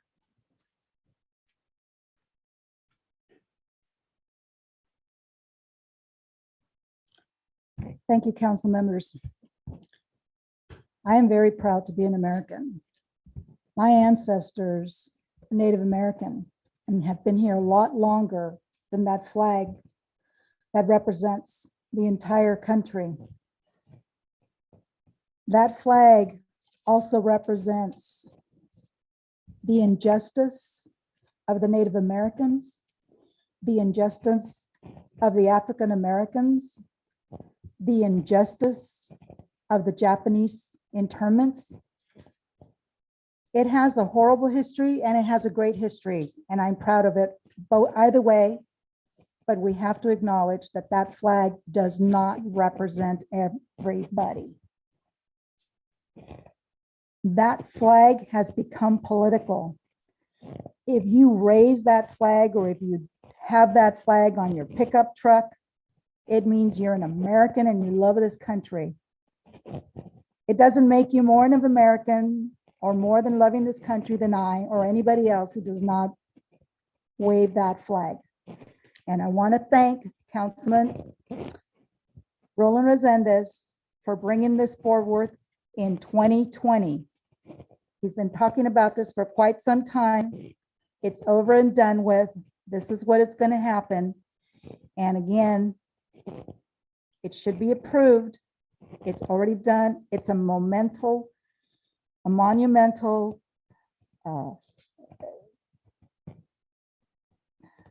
sign that those who happen to be LGBTQ and all the others that I'm not going to name right now that fall under this, that we stand by them, we represent them, we know the persecution that they've gone through.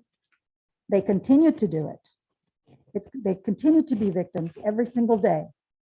So it's not something that flag of the United States of America represents them.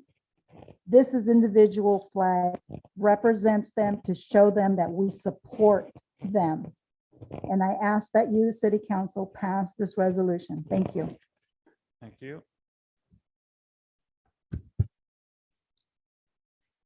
I have no more speakers, Mr. Mayor. Thank you. Is there any other questions from council? None. Is there a motion?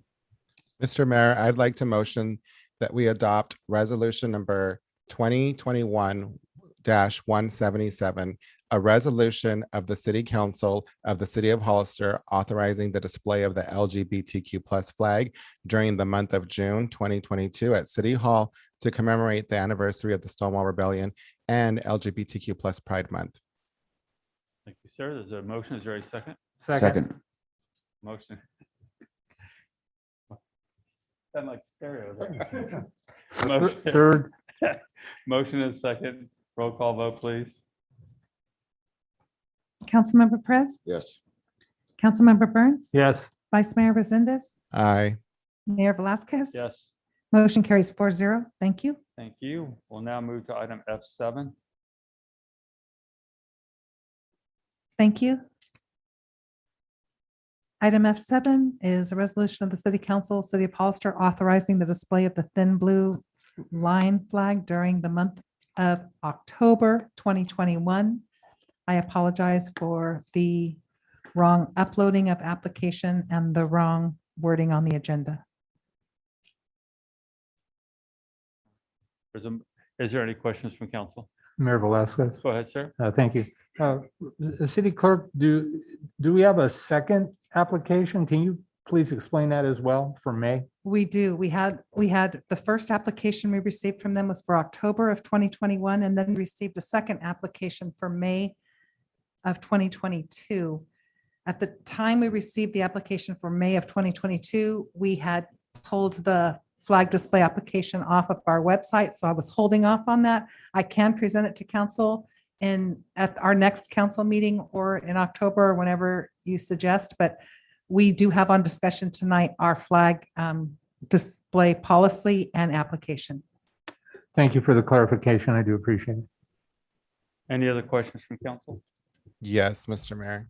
Go ahead, sir.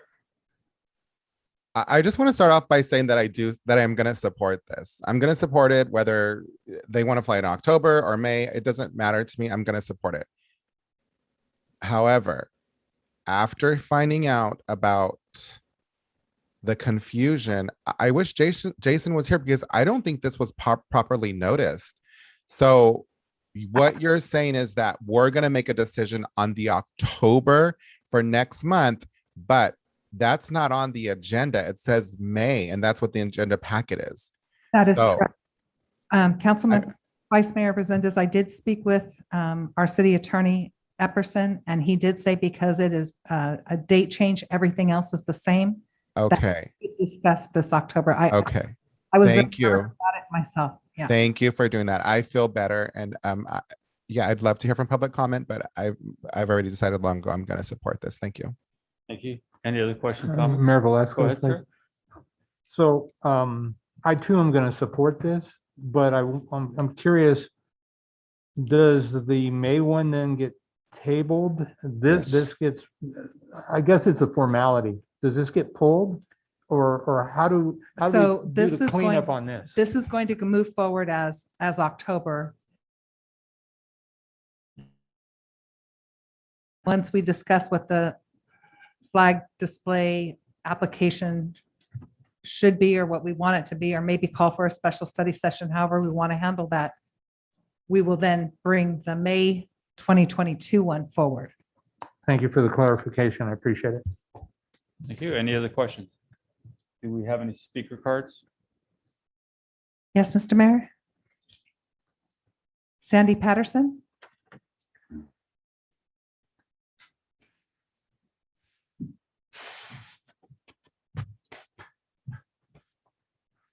Good evening again. I'm glad this is going to be finally supported, since this is the third time before this city council.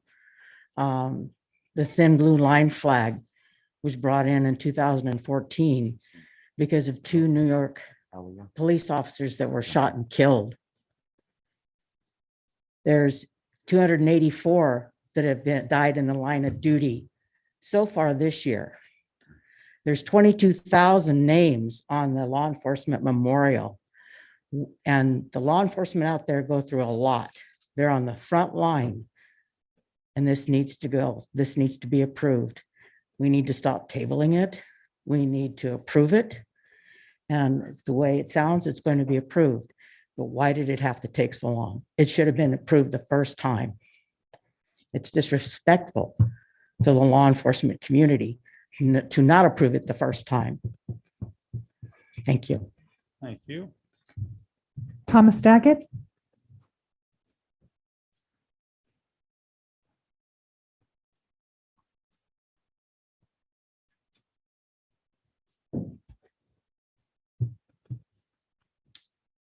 Greetings again, Mayor and Council. Thanks again for being here. My opinion now that since we've passed Resolution 6, that we have no choice but to pass Resolution 7. And anybody else that puts in a proper application needs to pass. And hopefully we won't run out of months and have to break it down into days or weeks or whatever. If we break it down into days, then we run into the problem of foreign countries' holidays, which love to be celebrated here, and have to fly a foreign country's flag if we're going to accommodate all groups, which, like I said before, we've got two great flags. In my opinion, those are the two that be flown and not all these other little flags. I have relatives that are in law enforcement, but I'm not advocating flying their flag. In the newspaper article I read, there was the Christian flag that was considered. I'm a Christian, but I'm not advocating flying that flag either. I like to see a little more separation of church and state. I think the state, the county, the cities should stay out of the churches. But that's my opinion. So as this matter moves forward, I encourage you to pass this Resolution 7 and allow this flag to be flown, since we are allowing number 6 to be flown. Thank you very much. Thank you. Elias Salinas?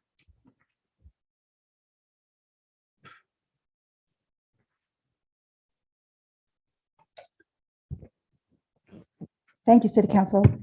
Since 1970, the California Police Officers Research Association, prior to that, actually went to the Senate.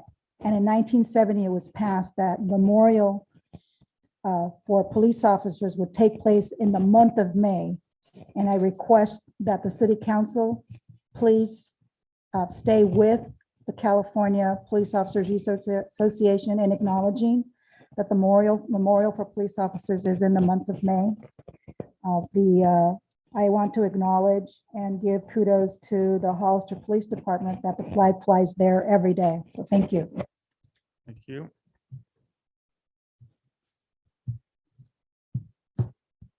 Michael Fry.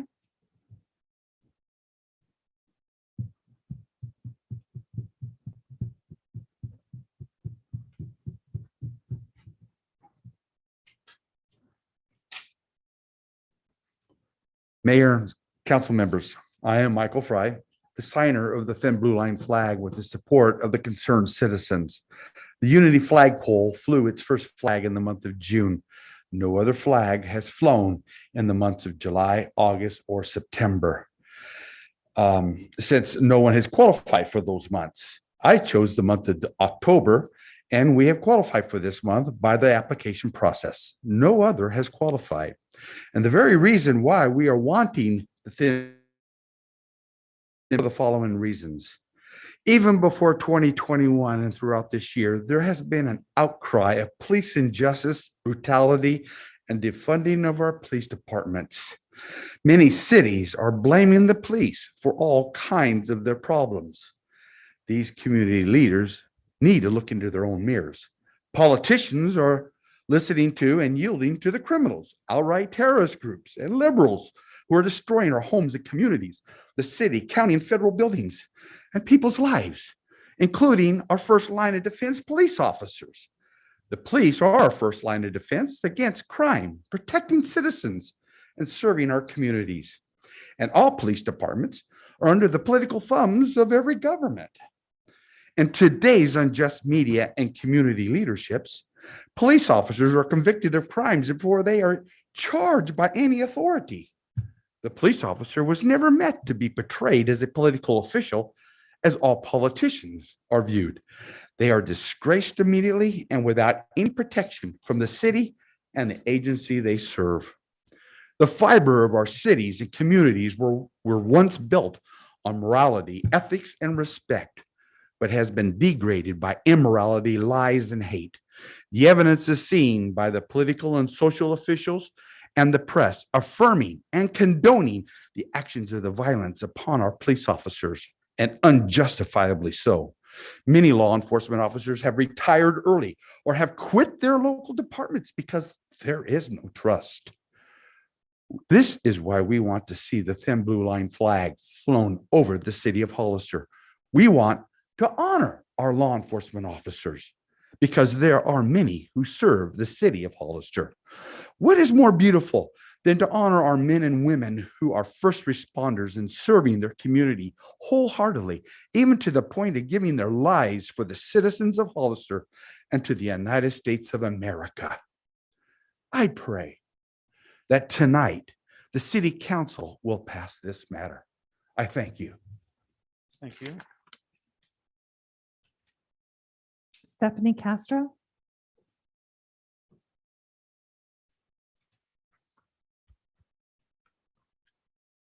Good evening again.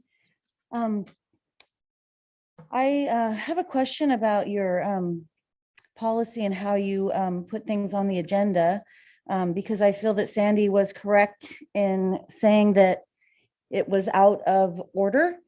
Something that came up months ago should come before new business. So you guys need to make sure you're following your own rules and sticking to them, because then you just look like you have no credibility. So you wanted to make sure that you don't get accused and falsely accused of things. So you need to make sure that you're following your rules. So if there's a protocol, I hope that you'll stick to it in the future. I'm glad it sounds like that this flag policy will pass. I think it's preposterous that you're going to hold a flagpole hostage from the thin blue line flag in the month of October just because it's known for a different month, or just because the other month is known for a thin blue line flag. There was no other group. Nobody put in an application, and this was followed by your rules. So therefore, it should be flown. And it doesn't matter what month it was applied for. The rules should be followed. I'm not sure if you are suggesting that you're going to change your rules in the future, and that's why you're not going to approve the May of 2022 flag. I think it's not looking very good if you're going to discredit yourselves by not even or already changing your newly implemented rule. People have valid applications on file and they should be followed. Because if you are going to scrap your own policy to suit your agenda, that's not going to look very positively on you. So it shouldn't be changing your policy to suit your desires, right? We are the people, this is our community, we followed your rules. Were you making it difficult on purpose to hope that we wouldn't jump through all these hoops? Nobody would apply because you created these hoops that were so ridiculous, 100 people's signatures. I mean, if your rules are meaningless, if you think you can pick and choose which ones you don't want to be held accountable for, it makes no sense. So please be men of your word and your policies. Thank you. I have no more speakers, Mr. Mayor. Thank you. Any other questions or comments from council? Is there a motion? I'll move to approve. There's a motion. Is there a second? Second. Motion second. Roll call vote, please. Councilmember Perez, Yes. Councilmember Burns, Yes. Vice Mayor Resendez, Aye. Mayor Velazquez. Yes. Motion carries 4-0. Thank you. Thank you. We'll now move to item F8. Thank you. This resolution will execute a 5-year lease extension with the state of California for the CAL FIRE Air Attack Base at the Hollister Municipal Airport. One of the questions from the last council meeting was what it was the monthly rent, and the rent will go from $5,150 per month to $12,179.38 per month. Thank you. Is there any questions? Mayor Velazquez. Go ahead, sir. Thank you. City Manager Miller, so is that as I understand it, if I read the staff report correctly, that is for a 1-year term, or is this going to extend the contract for 4 more or 5 more years? It will extend it to, sorry, It's 5 years. 5 years. 5 years. 5-year extension. Okay. Correct, 5-year And- extension. And is that a fair market rate for the lease? I guess one of my concerns is, are we under marketing this property? And I understand the need and the value to having CDF there. I'm just wondering if this is a good business decision.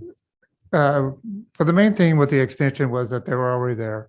The state's will only pay a certain amount. And part of the extension was for the helipad and also some storage area for them. And that was unused space because of the locations of that space so close to CAL FIRE. So we thought it was offering us.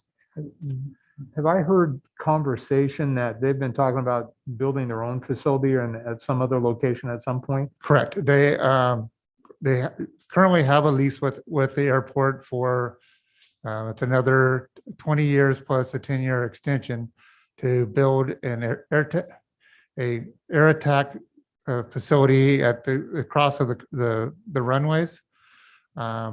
The problem with that lease is that there is no incentive for them to build.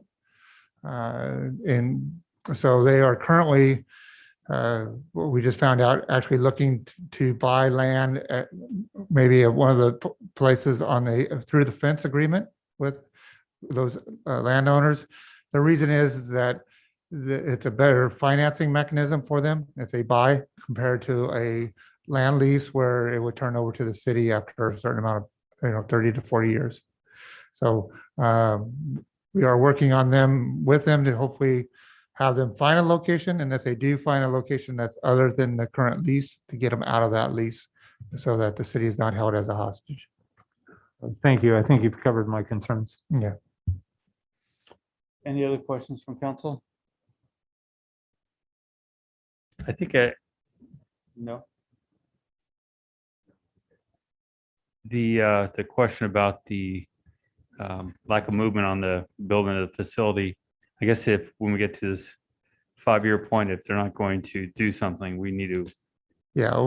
make other arrangements. I will say we had conversations with our congressmen, our state representatives to try to get that to move forward. We make a decision where they're going to put their facility because it is a benefit to our community, benefit to our surrounding counties that CAL FIRE is here. Big Sur Fire, they were a big contributor to the assistance in putting that fire out. So we're working with them right now, trying to come up with solutions before the 5-year is up because it's going to take them time to build whatever they're going to build. Thank you. Any other questions? Any speaker cards? I have no speakers, Mr. Mayor. You submit a card? I have no speaker cards, Mr. Go Mayor. ahead. Give her a card after you're done, please. Thank you, Mr. Mayor. So I kind of want to follow up on what the mayor just made a comment on. So it is definitely to our benefit to the city of Hollister and the county and the surrounding areas to have this. And I would not want to lose such a valuable service to the state of California, actually. But they are currently leasing where they thought they were going to build, which is on the site, the airport grounds. And now you're saying they may build something on through the fence. If they were to choose to do through the fence, then obviously it's going to be less than 5 years. And if so, do we lose the lease? Are we losing the lease for the land they're currently doing where they're thinking about building? And what's the economic value for them to going, aside from, being here, obviously, is there an economic value to the city for them having to taxi through the fence to, what's the economic value, if you know that? Thank you. Go ahead, sir. So the economic value would be there would be a through the fence lease with that landowner. So that would be the only economic benefit for us. The other economic benefit will be if we get them out of their current lease, that we can actually shop that property to new potential buyers of that land or leasees, sorry, of that land. And they're purchasing fuel here locally. Correct, which we get sales tax from. Yes. Okay. No other speakers? Is I have there no a other motion? Move to adopt resolution number 2021-179. Or second? Second. Motion and second. Roll call, please. Yes. Okay. Councilmember Perez, Okay, yes. Councilmember Burns, Yes. Vice Mayor Rosales, Yes. Mayor Velazquez. Yes. Motion carries 4-0. Thank you. Thank you. Item F9, we have completed, so we'll move to item F10. Thank you, Mayor. This seems like this meeting's on the Friday the 13th for some reason. We also have a slight error on this one. This is not the McCarthy line, it's the McCray line. So we're sorry for having a little bit too many letters in the water line. But this resolution would be approve a reimbursement agreement with Hawkins Company for a new McCarthy water line. Or McCray. Now we know how it happened. Yeah. maybe I was at McCarthy's. So our public works inspector was out looking, surveying the project and realized that we had a very old cast iron water line and said, why aren't we replacing this water line before there's brand new asphalt over it? And so we agreed that we should get some kind of agreement right away so that we can replace that water line before there's a brand new road over it. And as we know, old water lines break, and we might as well take care of it when it's nice, fresh dirt. Okay, any questions from council? Mayor Velazquez. Go ahead, sir. Thank you. Mr. Miller, when this work is done, is it warranted so that if there was a break that was created after the work's done, how is that addressed? I don't know that it's a reality, but it was just, something that I was, I know under typical, as my understanding is a general contractor, when they do work, they're on the hook for it for up to 10 years. But we're going to spend a significant amount of money to do this, and it makes very good sense to do it when we're already in there. But I was just curious. Thank you. So there's a water line break after they've done the work. Yeah, that I believe they're on the hook for 1 year. Yeah, 1 year. Any other questions from council? So, can any of this be used from the American Rescue Plan? Yeah, I mean, yes, we can. It is an acceptable use of those funds. Question. Any speaker cards? Elias Salinas.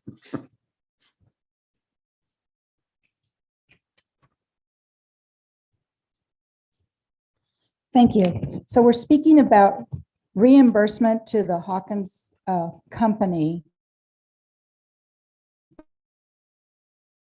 Reimburse them. We've already given them a tax break. So to me, it appears that this entire project has been funded by the city of Hollister. This company is there to make money, obviously, but the city of Hollister is not here to go broke. So is there a way that instead of approving, it just says reimbursement, is there a percentage of reimbursement? Is it 100% liability on the city that this must be completed otherwise, because it's so old? And if so, I mean, that's not the only area in the city of Hollister that has aging pipelines. So are we going to be going through the entire city to get something done? I just have a problem with the Hawkins company taking advantage of the city of Hollister, and they've gotten so much money out of this, and it's just costing us too much money. Thank you. You want me to address that? Explain that. This is a request from the city of Hollister when the city's discovered a old water line, and since they're doing work in that area, it was recommended to put in a new line while the dirt work is still being done, which is much, much cheaper than after the fact when the water lines do break. So in other words, we're pre-planning to save quite a bit of money. And this is a city issue. It's not the company's issue. This is the city's request to basically say, hey, do us a favor while you're there and do this work, because it costs a lot less money right now while your tractors are there than it will cost in the future. And the answer for the other water lines in the city, we are working on a lot of plans to do some major projects in the next year. So we're working great, and we're looking forward to getting a lot of projects done next year, a massive project coming up. Any other questions, comments? Is there a motion? Move to adopt resolution number 2021-181, sir. The motion? Second. These gentlemen over here. A motion and a second. That when it's getting late, he starts getting dingy. Councilmember Perez. Roll call vote, please. Yes. Councilmember Burns. Yes. Vice Mayor Resendez. Yes. Mayor Velazquez. Yes. Motion carries 4-0. Thank you. Thank you. We'll go now to item G1, reports from city council members regarding their committees. Councilmember Burns, I have nothing to report. Thank you, Mayor. Councilmember Perez, Nothing to report. Vice Mayor Resendez. Yes, thank you, Mr. Mayor. I attended the intergovernmental meeting, I think last week, where we talked about two items. So one of them, oh, you're gonna have to help me out, Mr. Mayor. So one of them was campaign finance reform. And the other one was how are we gonna spend our federal dollars for the COVID relief? So essentially, I think that the city managers had agreed to work together on coming up with from actually San Baptista and the county CAO and our city manager on where to spend the monies and if it's going to go towards like broadband. I think that's a huge priority of all three entities. And then second, it was campaign finance reform. We had a very robust discussion. Everybody agreed, and we actually took action, took a vote, and it was a unanimous vote that the Intergovernmental Committee agrees that the entire county, including San Juan Bautista and our county board of supervisors, should abide by and follow our lead and should abide by a campaign finance reform. They were very happy to hear what we did. That concludes my report, Mr. Mayor. Thank you. Thank you, sir. I have nothing to report. We will now go to item G2, informational reports from City Council. Councilmember Burns. Thank you, Mayor Velasquez. I would just ask the chief of police through the city manager if we could provide some increased observation and patrol and maybe some enforcement in the area of Maple and Chapel. As I heard tonight, I think that my fear is in asking that. Often my experience has been that you go and you do the enforcement, and the people that you enforce are typically the ones that are asking for the enforcement. And so I think there could be a benefit to education in the area. And Chief, I would really like to hear a professional assessment of the issues that we may face there as a city.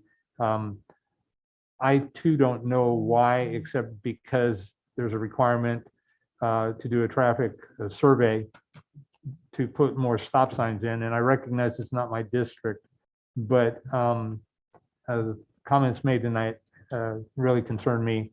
And so anything we can do to get a better understanding of the problem, Chief, I would be appreciative of. Thank you, sir. Thank you, City Manager. Mayor, that concludes my comments. Thank you. Councilmember Perez. Yeah, actually, we've already discussed Chapel and yeah, we've already got some plans going through that with that. The other thing I wanted to ask is where we're at with the solar streetlights, if we were able to ever get a cost. I did, and it's at my office, and I'll get it to City Manager. He Cool. asked me, and Awesome. sorry. No, Yeah, I would like to check it off my spreadsheet. Yeah. And did we ever hear anything back on the pickleball court, finishing that up? And do we need to get extra funding for that? And do we need to, if so, do we need to bring it back to the council? Yeah, we'll have to bring it back to council because the quote that we got to paint it, the squares, is more than what we have still had available. Okay, So, yeah, so if we need to bring it back, I just would like to see that project finished. yeah. Yeah, unfortunately, it's costing way too much, but hopefully we're gonna get some good exercise and I can watch them all day work. But that's all I had. Thank you. Vice Mayor Resendez. Thank you, sir. I'm going to jump on the bandwagon for Chappelle and Maple. And I thought that we were budgeted a certain amount of money to go ahead and order traffic studies. Remember, because I remember that because I caught a mistake. So I thought we were allotted a certain amount of money to ask for traffic studies. So I could be wrong, but I thought that's what we had decided on.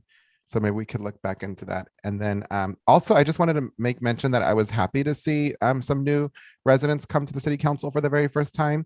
I love talking to the constituents, and it's really nice to see new people getting involved and coming out here to address us. So thank you guys if you're still in the audience, and if not, just know that I'm appreciative of you guys coming out and voicing your concerns and reaching out to your councilmen.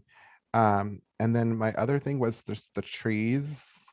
what are we doing about the trees? I've got people reaching out to me saying that they're trying to do the right thing by trimming their trees and then they're getting fined for it. So I know that there's something in the works, but if we can prioritize that to ensure that people can take care of their trees and not get penalized for that, I'd appreciate that. That concludes my report. Thank you. Thank you. Yeah, Mayor, if I can address the Maple and Chapel, Councilmember Perez talked to me about a traffic study. One of the kind of where we're at right now is there is construction planned for that area, so it might be too soon to do it. That's why we'll look at some other ways to maybe enforce that. Like I say, through the chief can look at some enforcement. We'll look at code to see if there's brush that needs to be cleaned up, and we'll try to address it that way. But if we have to, we'll discuss a traffic study. And Mr. City Manager, if I can, my feedback on those speeding signs that are portable that move have been very positive. They're very effective. So if you want to possibly consider putting one of those out there, that might be pretty good. Yeah, I'll talk to the chief about that also. City Manager, I'm wondering if perhaps there's already a traffic study that was done with that new development there. And maybe we need to look into some of the answers, because the new development that side had to do a traffic study, and maybe we can look at that. Maybe there was trigger points. Yeah. Well, I thought that's what I asked for, wasn't it? Yeah, well, I'll get it from Abraham. Because the new neighborhood that was built, I know. usually I know. they do one at that time. Yeah, that's what, yeah. That's what I asked. Yeah, you asked for. Okay, to see if there was there. Okay. I didn't want it to sound like I'm not willing to spend $11,000 to get the traffic Right. study. Yeah. But since we know that there's a building project that's coming up, did we already have this in place? That's what I was talking about. Gotcha. Good. Okay. I don't have anything. So City Manager? My big thing is kind of for recreation. We are having music in the park on Thursday evening. Give me the hours, Tina. 6 to 8. 6 to 8 at, McCarthy Street Park. see, that's where I'm getting the McCarthy from. I was so excited about that part. That's how I got put down. So please have everybody come out. It's be a great time. And great job, by the way, all of you, for doing all these activities. All right, City Attorney's not here. Chief? I see that. I just saw that. I just want to remind people also, September 11th is going to be on Saturday. And I believe the veterans are going to be doing an event in the morning at the Vets Park. I mean, the Veterans Memorial Building. I was advised that they were going to be there from 8 to 10:30 for a small ceremony. And not to continue talking about the same thing, but Jabel, I was talking to Abraham about that when those buildings were built, the ones that are there was a traffic study indicating that it wasn't warranted at that. We believe that's what it was, because I remember it coming up, having all those homes that are built there, how it would affect it. But I know that there's other developments coming in as well. It may be warranted, but in the meantime, we will go out there, do some extra patrol. I think we'll check, like the city manager advised, if there's any obstructions that are blocking the view, so that people can see the vehicles that are coming. And we could put the radar trailer out there as well to see if that helps the issue. Thank you, Chief. Okay, City Clerk? I just wanted to say if it would be agreeable, maybe not tonight because we're already getting late, but at our next meeting, I could do a report kind of just on what the city clerk does. I know that Councilmember Burns had requested that maybe each department kind of give a little bit in open session, so the public kind of has an idea of what each department's doing and what we're working on. So if I could bring that, maybe not to the 20th, but to the October 4th meeting. And that's it. That's it. Thank you. We will now move to item G3.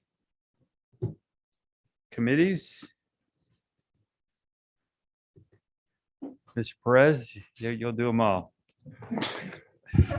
Actually, if I could get rid of one, if someone would like to help me out, Tim, the 3CE That's one of the items on here. So you want to start with that conversation, City Clerk? 3CE? Sure. Currently, 3CE meets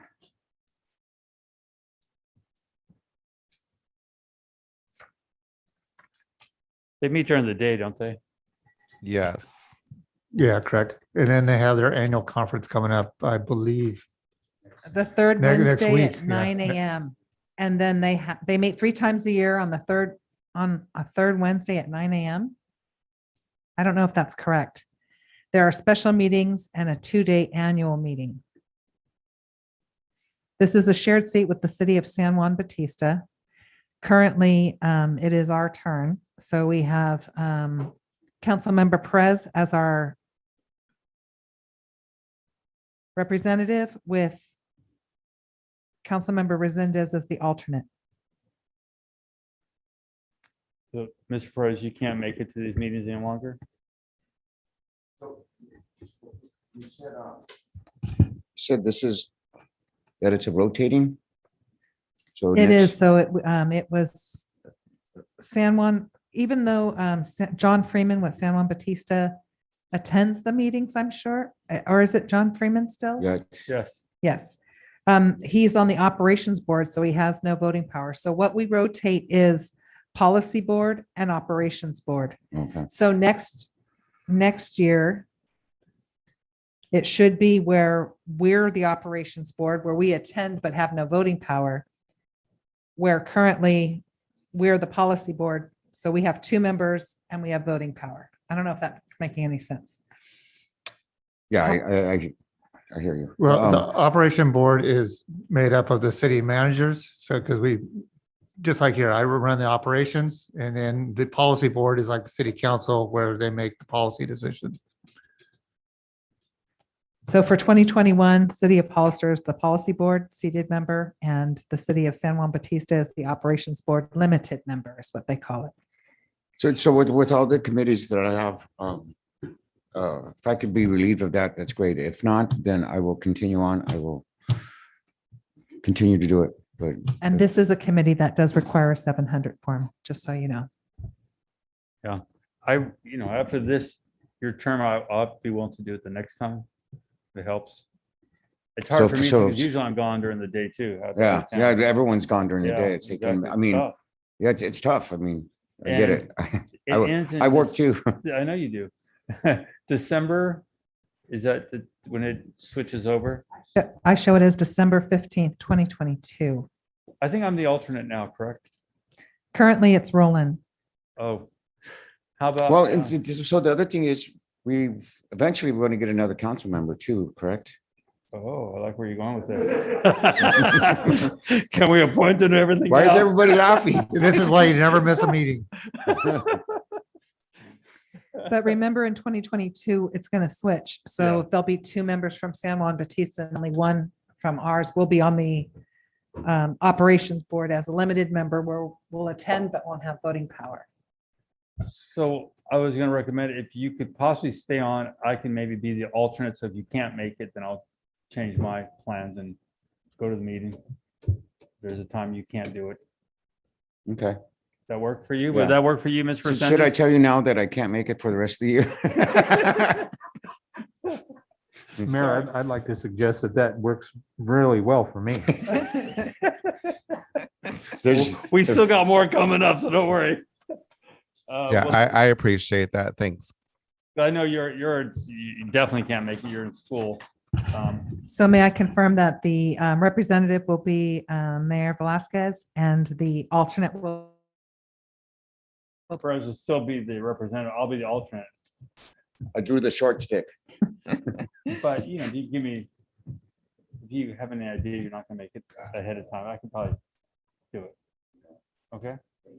I know it's tough during the day. Really Yeah, tough. I appreciate it. Yeah, it's. I know. Yeah, just to add, currently they have been doing Zoom. They were going to do in person, but they're still now they're doing hybrid still. Okay. Well, that helps. These meetings help when they're on Zoom. They really do. I couldn't imagine driving to all these. Yeah, exactly. Okay, so we have that one worked out. The other item was AMBAG.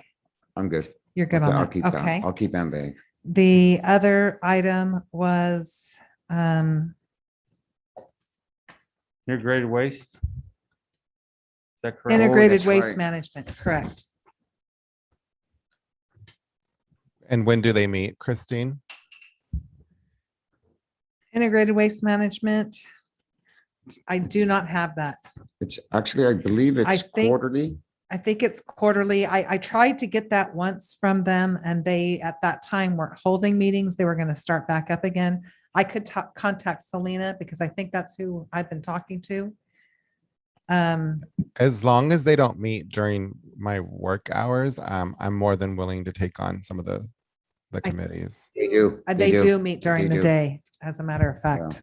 Okay, then, sorry. Maybe, Mr. Price, you're on the committee now, correct? Pardon me? You're on the committee now, He's an alternate. I'm an alternate. alternate. Who is the representative then? Roland. Roland. Oh, Roland is. Too bad, Roland. No, this was one of the ones he brought that he had a conflict Yeah, with. maybe, Yeah. If the alternate can, maybe at the next meeting, request the meeting to be at after 4, as we've done with the other groups, because it's hard for most people during the day, not impossible. Or I can be the alternate and request it. Whatever works for you guys. I don't mind. But you know what? We know- I'll we don't take know- it. I'll take it. So- I'll take it. Okay, I'll Yeah. do it. And Mr. Perez, will you be the alternate? Since I am. Yeah, actually, I wouldn't mind. I want to sit in on these meetings also, because I think these were quarterly and You want to do it? You want to be the representative? And I'll be not the really. alternate? If you take 3CE, I'll take this one and keep AMBAG. And I'll give you a Snickers. I got one sticker. in it, so there. What does politics come down to? Just tell me what works for you. I'll tell you what, I'll take integrated and AMBAG and you take 3CE. Okay. All right, change your. Got plans. it? Rick will be the representative. For integrated waste, Ignacio will be the alternate. Yes, And then for 3CE, I'll be. the Ignacio will be the representative and Rick will be the alternate. And then for AMBAG,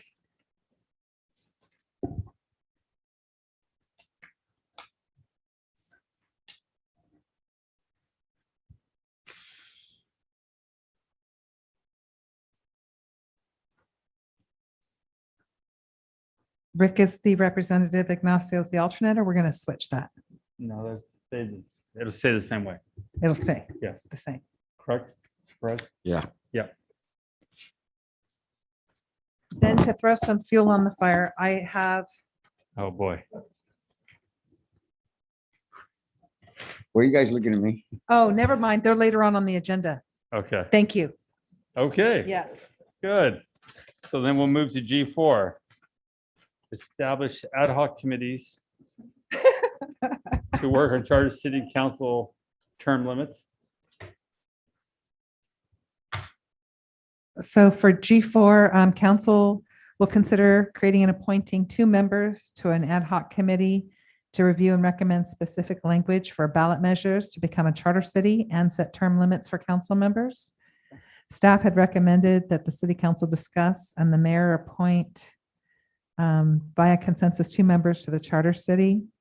I believe also it was requested that the city attorney and the city clerk be a part of this committee as well. Okay. So with that, I'd like to, go ahead. Do you have a question? Actually, I wanted to clarify. I actually thought city manager should be part of that conversation as well. Okay. And Mayor, I'd be more than happy to serve on that. So I'd like to appoint Councilmember Burns and myself to that committee. If there's a consensus from the council. Good. Yes. Okay.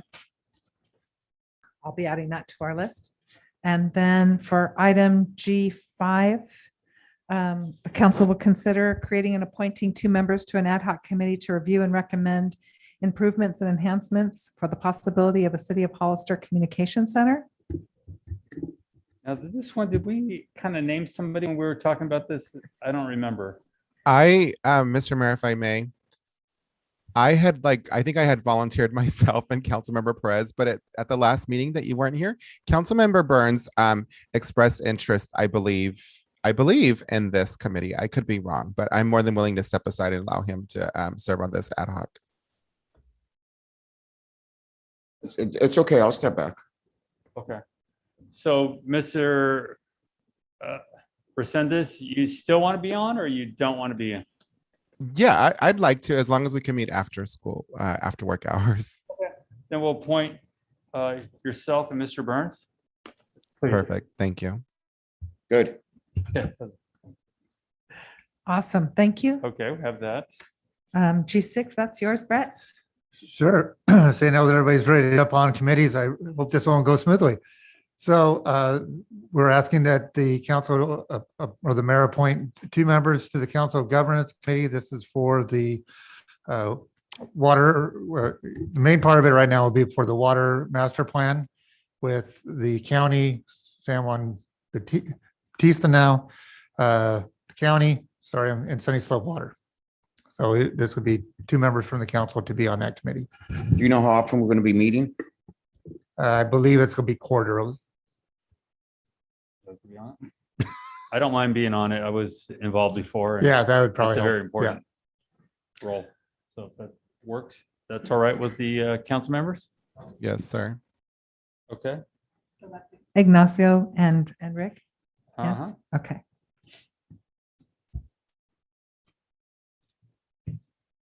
Okay, now we'll move to G7. Thank you. This one is to consider amendments to Hollister Municipal Code, Chapter 2.04, to consider reducing to 1 regular meeting per month. We had discussed this at the last meeting and were and needed to forward it to where we had all of you here. Our reasoning for doing this would be it would provide staff sufficient time to research, compile, and prepare staff reports to ensure the city council receives comprehensive information for more informed decision-making. Once-a-month meetings would also result in overall cost savings of staff time, overtime for non-salaried employees, and consultant fees.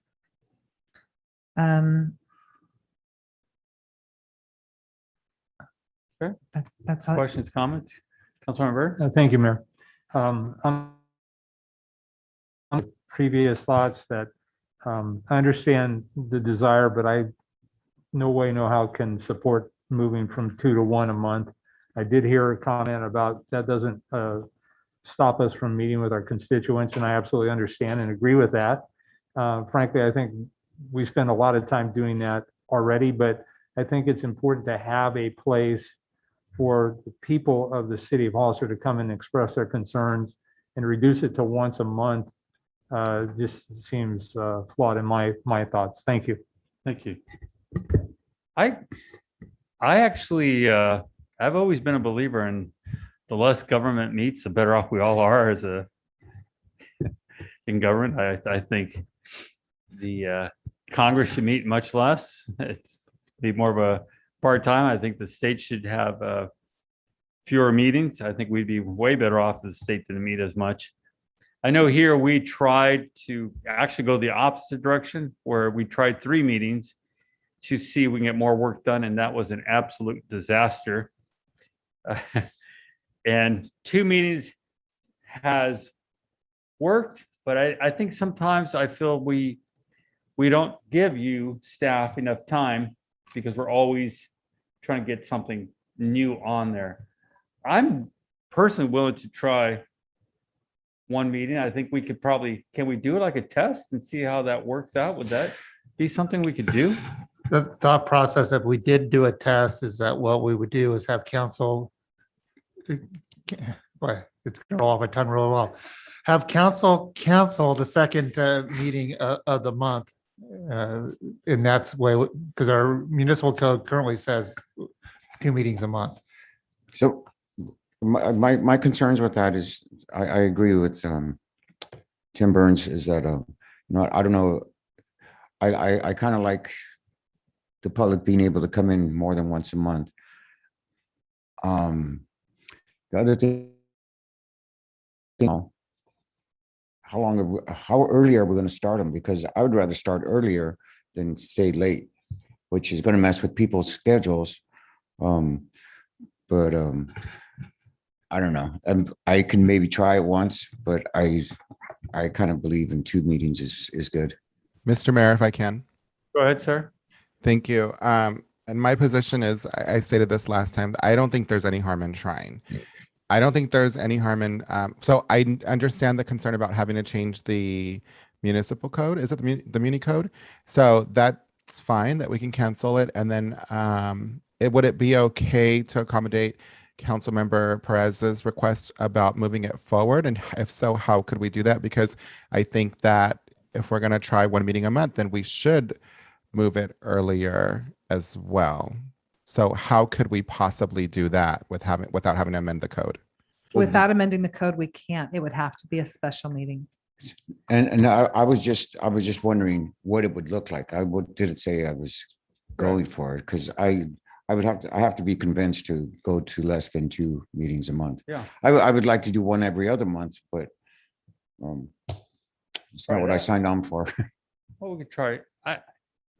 I think it's about, I've said this and to all of you, I'm impressed with the work we've been doing this year, how efficient we have been getting things done in really a relatively short amount of time. There was a time last year, the year before, it was 1 o'clock in the morning. And a lot of that was just because there was just so much talking over and over and over again and not moving on the business. But I like your idea. We try it every other month or something, or I'd like to give it a shot and see how much work. What's important to me is how much more work you guys can get done, staff can get done. And that way we're following through, because I think a lot of times what I've seen over the years is we're bringing the same items back over and over again because they're not completed. Then we're having to have this discussion again. I think we make sure we complete our business at our meetings and give you time to complete it. And then we just get the updates from where we're at. I think you misunderstood what I was saying. I was saying it would be neat if we only did 1 meeting every other month, not rotating 2, 1, 1, 2. Not. I wasn't talking about that. I was being a little sarcastic. Doing less. I don't think we should do less than 2 a month. So, okay. Yeah. So you're not 2, so 2. So we don't have a consensus there. So we can keep moving on. I'm good either way. So should I just withdraw? Yeah, I just withdraw. Withdraw? Consensus anyway, so Yeah. I'll just say no action. No action. So G8, procedures for flag application for a flag display. We may have overthought this a little bit, but I leave it for council to discuss. Thank you, Mr. Mayor. Before we go on, it's past 10 o'clock. Is there consensus for council to continue? Yes, please. Yes. Okay. Go ahead. City Clerk. Council member or Vice Mayor Resendez, please go ahead. Yeah, I was just gonna say that that I think we should just do what San Juan Bautista. I said that at the last council meeting, just scrap this altogether. I think that was my language. I think that it's never been a really that big of an issue. And if any council member wants to bring a flag forward for us to consider, then they should have every right to do that. I think we might have overcorrected ourselves here. I think that's what the clerk was alluding to. But we were elected by the people to represent them. And if they request us to bring forth a flag, then any council member should be able to do that. And then we should have that discussion, make a decision, and move on. I think that maybe there was some good intention behind the flag policy. In fact, I think that there was, even though I didn't support it, but we've seen what that turned into. And I think we should just go back to the way that it was in the beginning. And I really like how San Juan Bautista adopted that as their policy. Thank you. Thank you. Any other comments? Member May I- Vasquez? If I could just add to that, that if that is something we do, the council decides to do, perhaps the one application, because I only have one sitting out there for May of 2022, could come forward prior to us doing that. We're gonna have to wait on that one. Also, because there is another one, the Christian flag. Yeah, It's out there. yeah. And that's my concern with this whole thing is, where's the equity in this whole process? If the flag, that Christian flag one is tabled, we're going to send it to the state attorney general, which I'm really upset with our city attorney. I have not gotten a copy of the letter that he was supposed to send to the attorney general to know exactly what he was asking. I haven't heard any response from that. I'm deeply I'm saddened that he's not following that direction. But so when we talk about, I'm mixed on this topic because it's like some wise person told me, and I'm not going to mention Tim's name, but just because you get to do you follow the building permits, you pay for your fees, all that stuff doesn't mean that it's going to be approved. And it seems pretty much the same or similar situation with the flag situation. So basically, eliminate that, and then I can be the Christian flag can be denied. I mean, at least before, I had an application process with rules that we can't discriminate against, and yet we're not going to let that happen. So it's like, yeah, why put rules into place and not follow them? So yeah, we might as well get rid of them, right? I think that's the point. It's just get rid of the rules. And be done with it instead of going through all the procedures of 100 signatures and so on. That way it streamlines it. Group wants to bring it, they just contact a council member. As I'm understanding, San Juan does it this way, correct, Ms. Resendez? Yes, exactly. They'll have a council member sponsor and bring it forth. So I don't necessarily think that if the quote unquote rules were in place, that the outcome for the other flags would have been any different. I think that they would have been the same. And that's kind of what the problem is. And that's what I'm trying to get at, is that we should just have that discussion on the dais. And we're going to take action whatever way we see fit. We're elected to see the people, to represent the people. They can contact us and then we can bring it forth. May I ask if it would be possible to perhaps bring both the applications forward again to council? Or I don't think it changes the applications that are already there. So that it shouldn't be a conversation about what's been applied For the future. Yeah, it's about From here future on. applications. Whether we approve the other ones or not, that's a different conversation. It's about future things. Those have been applied for, they're still going to come. I had a question or comment. I did, Mayor. Thank you. So at our last council meeting, I heard Vice Mayor Resendez and his point, and I've thought a lot about it, and it makes a lot of sense to me. And I can certainly sense the frustration of changing direction, but I actually think I may have been the catalyst to ask staff to create a policy. And it's simply got more complicated than I think it needs to be. And I think it's been divisive for our community versus uniting our community. And I think it could be as simple as having a member of our community approach a member of council, bring it to that council member's attention, and it could be as simple as a simple majority on the dais vote to approve it once we have a full council. You know, I didn't realize until last meeting that if we're not a full council on the dais, that it has to be unanimous. And so we'll get beyond that point, I think, and we can simplify this And I think we can make it a more of a community poll than it feels like it is now, where it seems like we're challenged and we're struggling. I did want to say that I do support bringing the Christian flag forward. I am anxiously awaiting to hear what the state attorney general's legal written opinion is. And I too have asked the city attorney to provide me with a copy of what has been sent, and I've yet to see that either. So I might not sense Councilmember Perez's frustration at that, but I can absolutely sympathize, if not empathize, with you on that, Councilmember Perez. And I do think that there should be some degree of accountability. And it is an important issue. And for me, I just think we've made this harder than it has to be. And I do trust in the council's common sense and good judgment on this. And I do think it's probably an unnecessary waste of city resources as well as community resources to go chase down 100 signatures.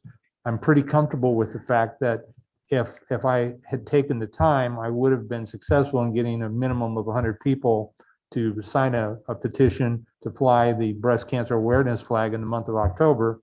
But nobody in the community brought it forward, and I chose not to pursue it personally because I was trying to depersonalize it, not personalize the conversation and further polarize our community on something like this. We have a lot of things that are important, and certainly I'm not saying this is not important, but it seems to have taken a lot of staff's time and council's time, and it's done exactly the opposite of what I thought it would do by having a good, clear, sound public policy. And so I would absolutely support Vice Mayor Resendez's position on this, that we recall the policy and do as has been suggested by the Vice Mayor, the Mayor, and Councilmember Perez in this regard. And I also would like to suggest for council's consideration that we buy more than 1 or 2 clips, because those polls are absolutely capable, the community poll, of holding probably at least 4 flags. And at some point, we know when we're not flying another flag. And I still think that the top flag on that community poll should be the City of Hollister flag, whether it be the temporary one or the one our commission is working to create now through community engagement. And so I think there's a lot of opportunity there. And maybe the only conversation that would be difficult, other than yes and no from the dais, would be, do we allow for it to go for 1 day, 10 days, 20 days, a full month? And depending on the organization, I think that will drive that. I mean, I absolutely 100% agree with the LGBTQ plus flag flying the entire month of June. I absolutely support the law enforcement flag flying the month of May. And there are several other worthy ones. I mean, as I understand it, Disability Awareness Month is the month of August, if I'm not mistaken. Special Olympics also. And that could have been a great flag to fly. And so whether it be a council member bringing that request forward or a member of their community, I think we can get to a win-win situation. And so I think we just go there, frankly. Thank you, Mayor, for the time to comment. Turn it to a good thing. Absolutely. Go ahead, Mr. Perez. So I think one of the things, the potentials that I see, and it's like I mentioned before, it's like we're going to have more than 1 flag. We're going to need more than just 1 flag a month. And it's like, so the thing's going to be, and this, I'm just looking to the future. It's like when you got 2 flags coming in, it's like, who's going to go on top? That's why I would suggest, this is just another suggestion. If we get 1 flag for the month, that flag goes up. 2 flags, you split the month. Whoever comes in first, gets to the podium first, gets to, because it's going to be a difference. When you, I love flags. I'm a Raider fan. I love my flag, even when they lose. So, but you know what? It's like, it's just being true. And, you know, you always want your flag on top. There's an order to, if you look at the flag ethics for the federal and the state, there's an order. And so I think that people are going to want their flag to be on top. Me, it's like, I think that it should just be, use however many flags you have, you split it up during those days. Whoever comes in, whoever presents first, goes first, gets to pick his time. And second one, and so on and so on. That's how I feel. If I can make a quick suggestion. Go ahead, sir. Thank you. I would just say that we should, I think you bring up some valid points, but I think we should discuss those when and if and when we bring up the flags to be adopted. That would be my suggestion. And then lastly, I just want to say that this doesn't have to be a negative thing. I think this turned out to be a positive thing. We all learned from it, and it brought awareness to all these other causes that exist and all these other flags that we could potentially bring forth. So to me, that's a win. Thank you.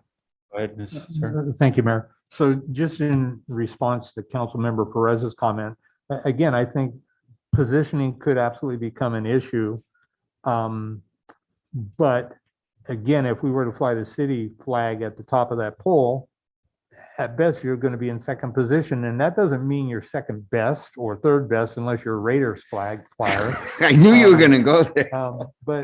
But on a serious note, I think, you know, if we're predicting them, we can prevent a lot of those those challenges. And this is, I couldn't agree more with the Vice Mayor. This is absolutely growing pains of this council moving forward, but in a positive way to do good things for our community. And I think our spirit of cooperation exemplifies that will. And, you know, we're going to take some missteps. As long as they're baby steps, I think we're good. So thank you, Mayor, for the opportunity to comment.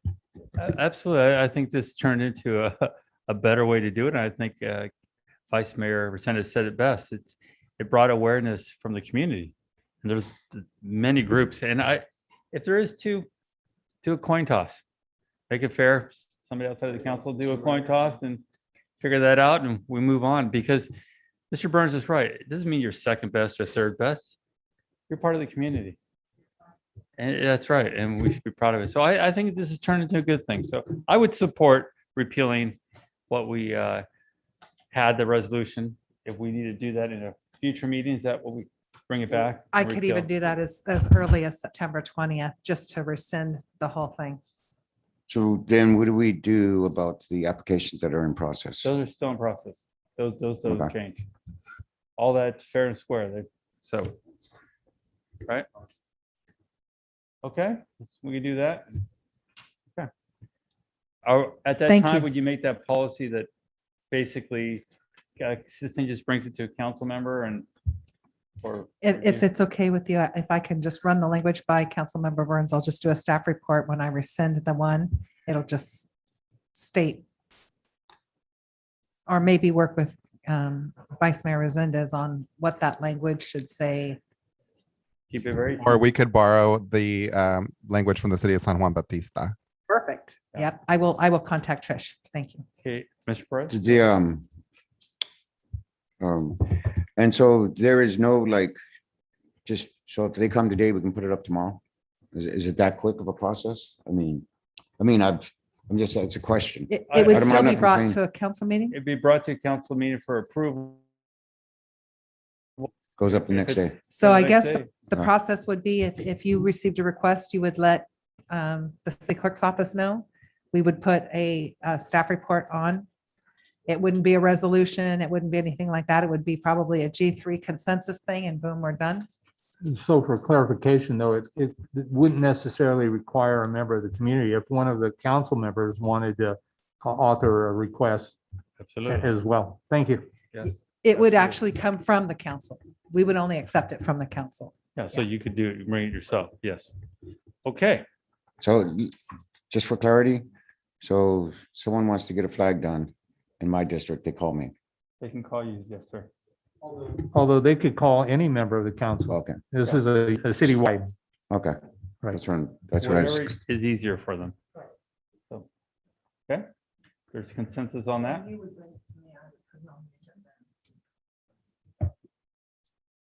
okay. All right. Okay. Now we'll move to item G9, Zoom meeting. Okay, G9 is for Zoom continuance, and I have actually gotten an update, just like you had said. That's to the mayor. On March 17th, when the California governor issued the executive order N29, which amended the executive order N25, and I provided them all for you. as part of a series of emergency measures in response to the COVID-19 pandemic.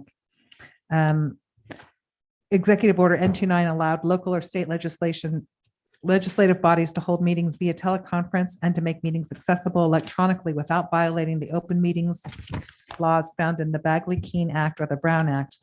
The order waived certain provisions of the Brown Act, including requirements that meetings be conducted in physical locations and that a majority of the teleconferencing members are physically present within the agency's jurisdictional boundaries. Those were all waived. There is a new executive order N0821, which established a timeline to lift that COVID pandemic waiver. And under the governor's reopening plan, the Brown Act provisions with Executive Order N2920, as well as California Environmental Quality Act, CEQA provisions within Executive Order N5420, and as extended by Executive Order N8020, paragraph 6, it will expire on September 30th, 2021. So any local agency meetings taking place after that time must ensure physical public access to all meeting locations. The lifting of this Executive Order N2920 does not mean that public agencies will be precluded from allowing the public to participate in meetings by telephone through systems like Zoom. If we continue Zoom, it would require notice of city council member participation location to be given to the city clerk's office in advance, no later than the Wednesday prior to each city council meeting, so that we could place it on the agenda, the location and which you are going to Zoom from. It will allow, the city council member would also need to post the agenda at the location that they plan to Zoom from 72 hours in advance and allow the public to attend at that location. The same would apply to all commission agendas as well, or any other I guess even youth committees, if anyone were going to participate by Zoom that are agendized. So my question was if we wanted to continue using Zoom. However, about 2:14 p.m. today, we received that there's an AB 361, Assembly Bill 361, and Assembly Bill 361 is I'm not sure exactly when it's going to go before the assembly.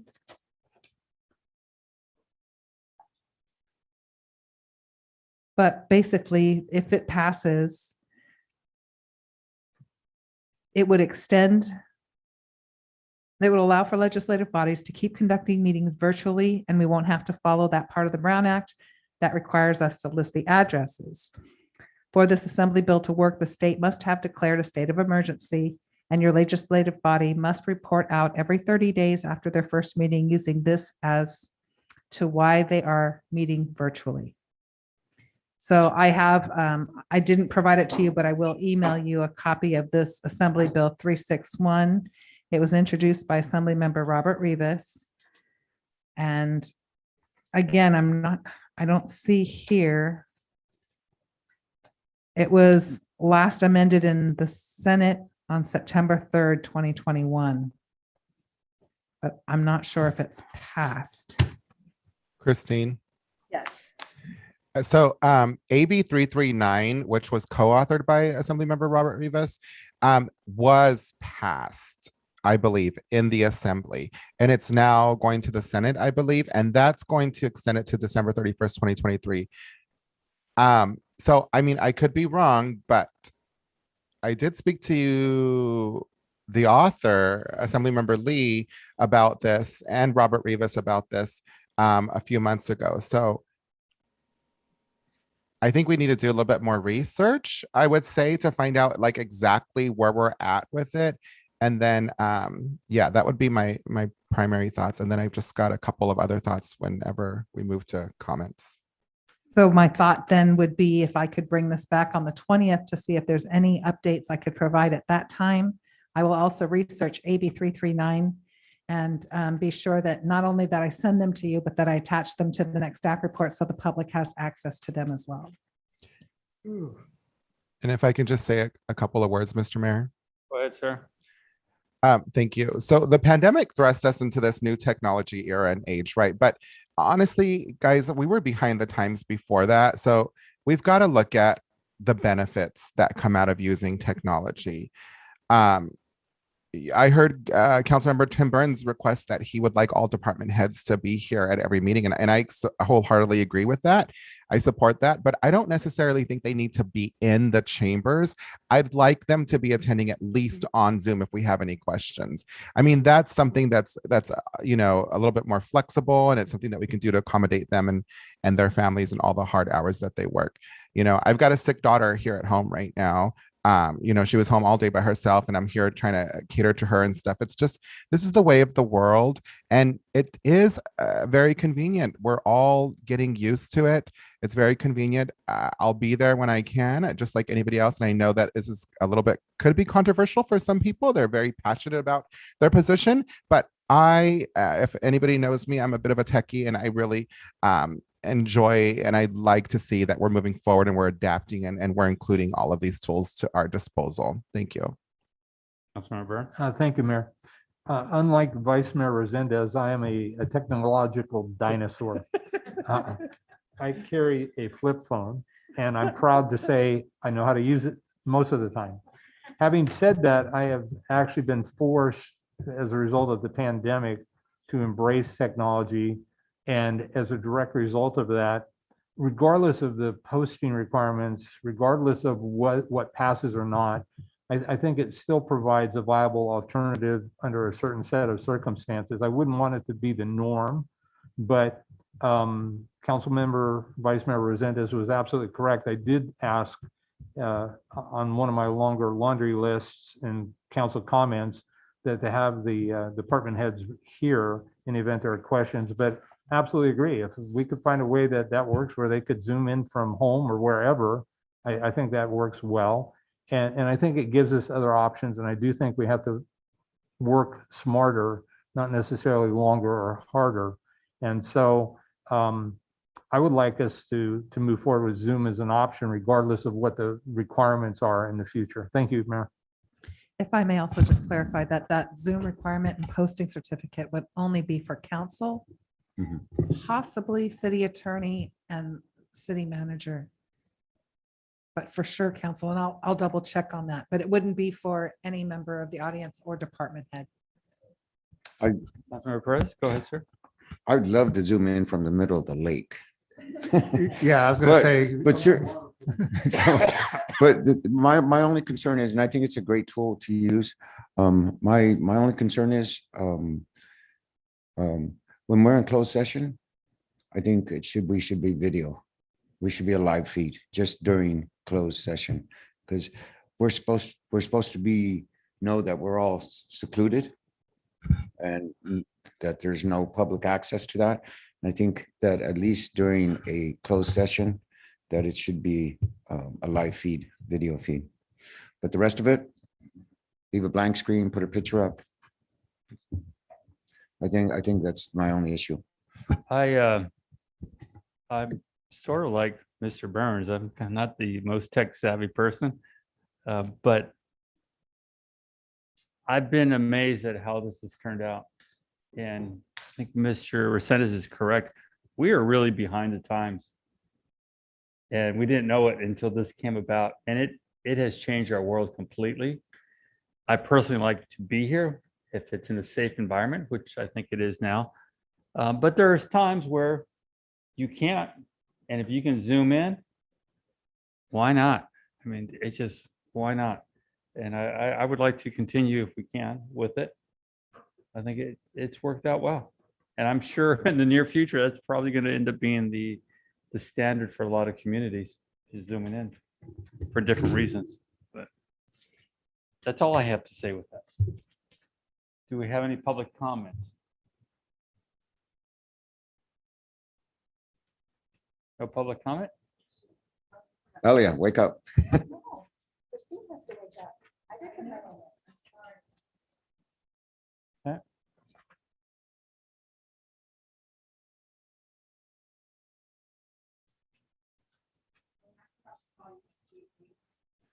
Call me on all of them.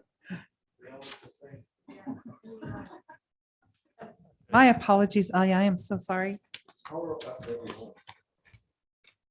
That's okay. I do want to speak on, well, I want to speak on a lot of them, but on number 9, I agree that the times have changed. And I personally have been asking that the city council be here personally. And it hasn't happened, and I haven't been here for a while. I've been on Zoom. It's very convenient, and I appreciate the mayor being here. I don't know how long he's been showing up, but I finally see that he is here. So following the rules, and I realize that Councilman Resendez's daughter is sick, but that doesn't mean, and I do not condone, and I don't think we should have the council members give out their home address. If that rule, Councilman Resendez's home right now, I don't think he should publicly notice his address, that that's where he's at, because I don't think that people should be showing up to his house because that's where he's zooming from. I think it's dangerous. I know that we've had people showed up to former council member Honor Spencer's house, knocking on her door. You don't know who's coming or going to your door. So I don't think, it's, for Councilman Resendez, who has a child there, it's Christine, do we have the timer on? I'm sorry, Elia. It's on. Go ahead. My apologies. Okay. So anyway, I don't know what the rule is exactly that it says. I know he has to post, and if he can post and say he's going to be doing it from home, then that's good enough without having to put the address out there. But it hasn't been noticed. That's the problem. So the times have changed. The Zoom is so convenient. We haven't been doing any traveling. You've either been in the city, or you've been home, or you've been at work. And if you can't make it here, you're caught in traffic or whatever, you're able to Zoom. I know I've done it, paid attention, but you can pull over, which I've had to pull over because I've got comments to do or whatever. And it's so convenient.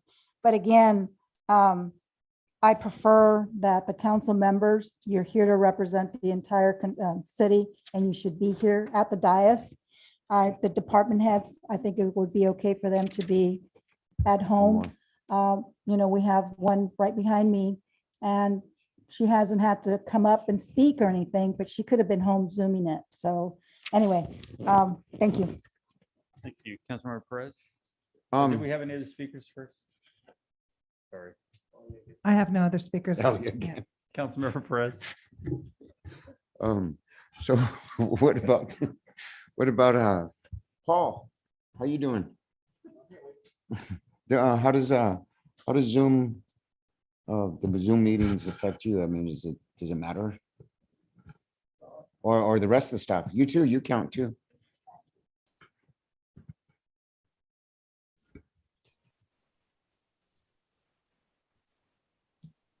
Oh, council, sitting over there in the corner, running the Zoom and helping the city clerk. It has been a challenge to get this all figured out. And, now that it's all kind of figured out, we got kind of the technology to be able to do it. It's easier and, more convenient for the public to be able to make their comments and attend and view. Concern the ability of anybody in the world to be able to Zoom and take up valuable time, of a business that's Hollister business that's not really, external business and stuff like that. But that is out there. Besides that, I think it took quite a bit to kind of get everything, the audio stuff to get worked out, the camera stuff to get worked out. We even helped San Juan Bautista help get them going too. It does take a lot of my time as far as being able to help manage it, operate it. It's definitely not a one person, show. You definitely need an assistant an assistance to the city clerk to help manage this whole thing. So that's all I have to say as far as. Yeah, just real quick to add on to what Paul was saying about our coastal neighbor cities, they're having that issue that anybody can, from around the world can call in on an issue. So you're not getting our citizens commenting on our local issues. So that it's always something that you need to kind of keep in the back of your mind. There's always going to be issues. Right. There's always going to be issues. And, that might happen one off here and there. But overall, again, I've been amazed at the process. And I want to thank you for making it work for us, because you did get ahead of most people on this. And I'm glad to hear you helped others. It's not perfect. Nothing is. And we've had issues in the past without Zoom of people coming here that were from not in town or for different reasons. So no perfect thing. I think it's working well. Like it to be there in case we need it. There's times where I can't make it physically here, but if I can Zoom, that'd be great. Except on my anniversary. My wife won't have any part of that. But yeah, I would say our consultants, it's saved us in consultant time. So that's been very nice yeah, also. it's exactly for consultants. That's a perfect example. Instead of somebody having to drive 2 hours down here and 2 hours back, billing us for that, by the way, they can just get online and take care of it. So, Mr. Mayor. Mr. Perez had a comment. The last comment is, I promise, is maybe we can fix that in there a little bit better. Behind closed session. Yeah, that's. Yeah, that's the other That's a thing. challenge. But this guy, I drive by 5:30 in the morning and he's here. Yeah. It's like he wakes up the rooster. I wake them up. Go ahead, Thank Mr. you. Resendez. Thank you. 3 quick points. Number one, usually I can see the timer on my screen and I didn't see it, so I thought the timer wasn't running. So I apologize. I wasn't trying to cut off your time.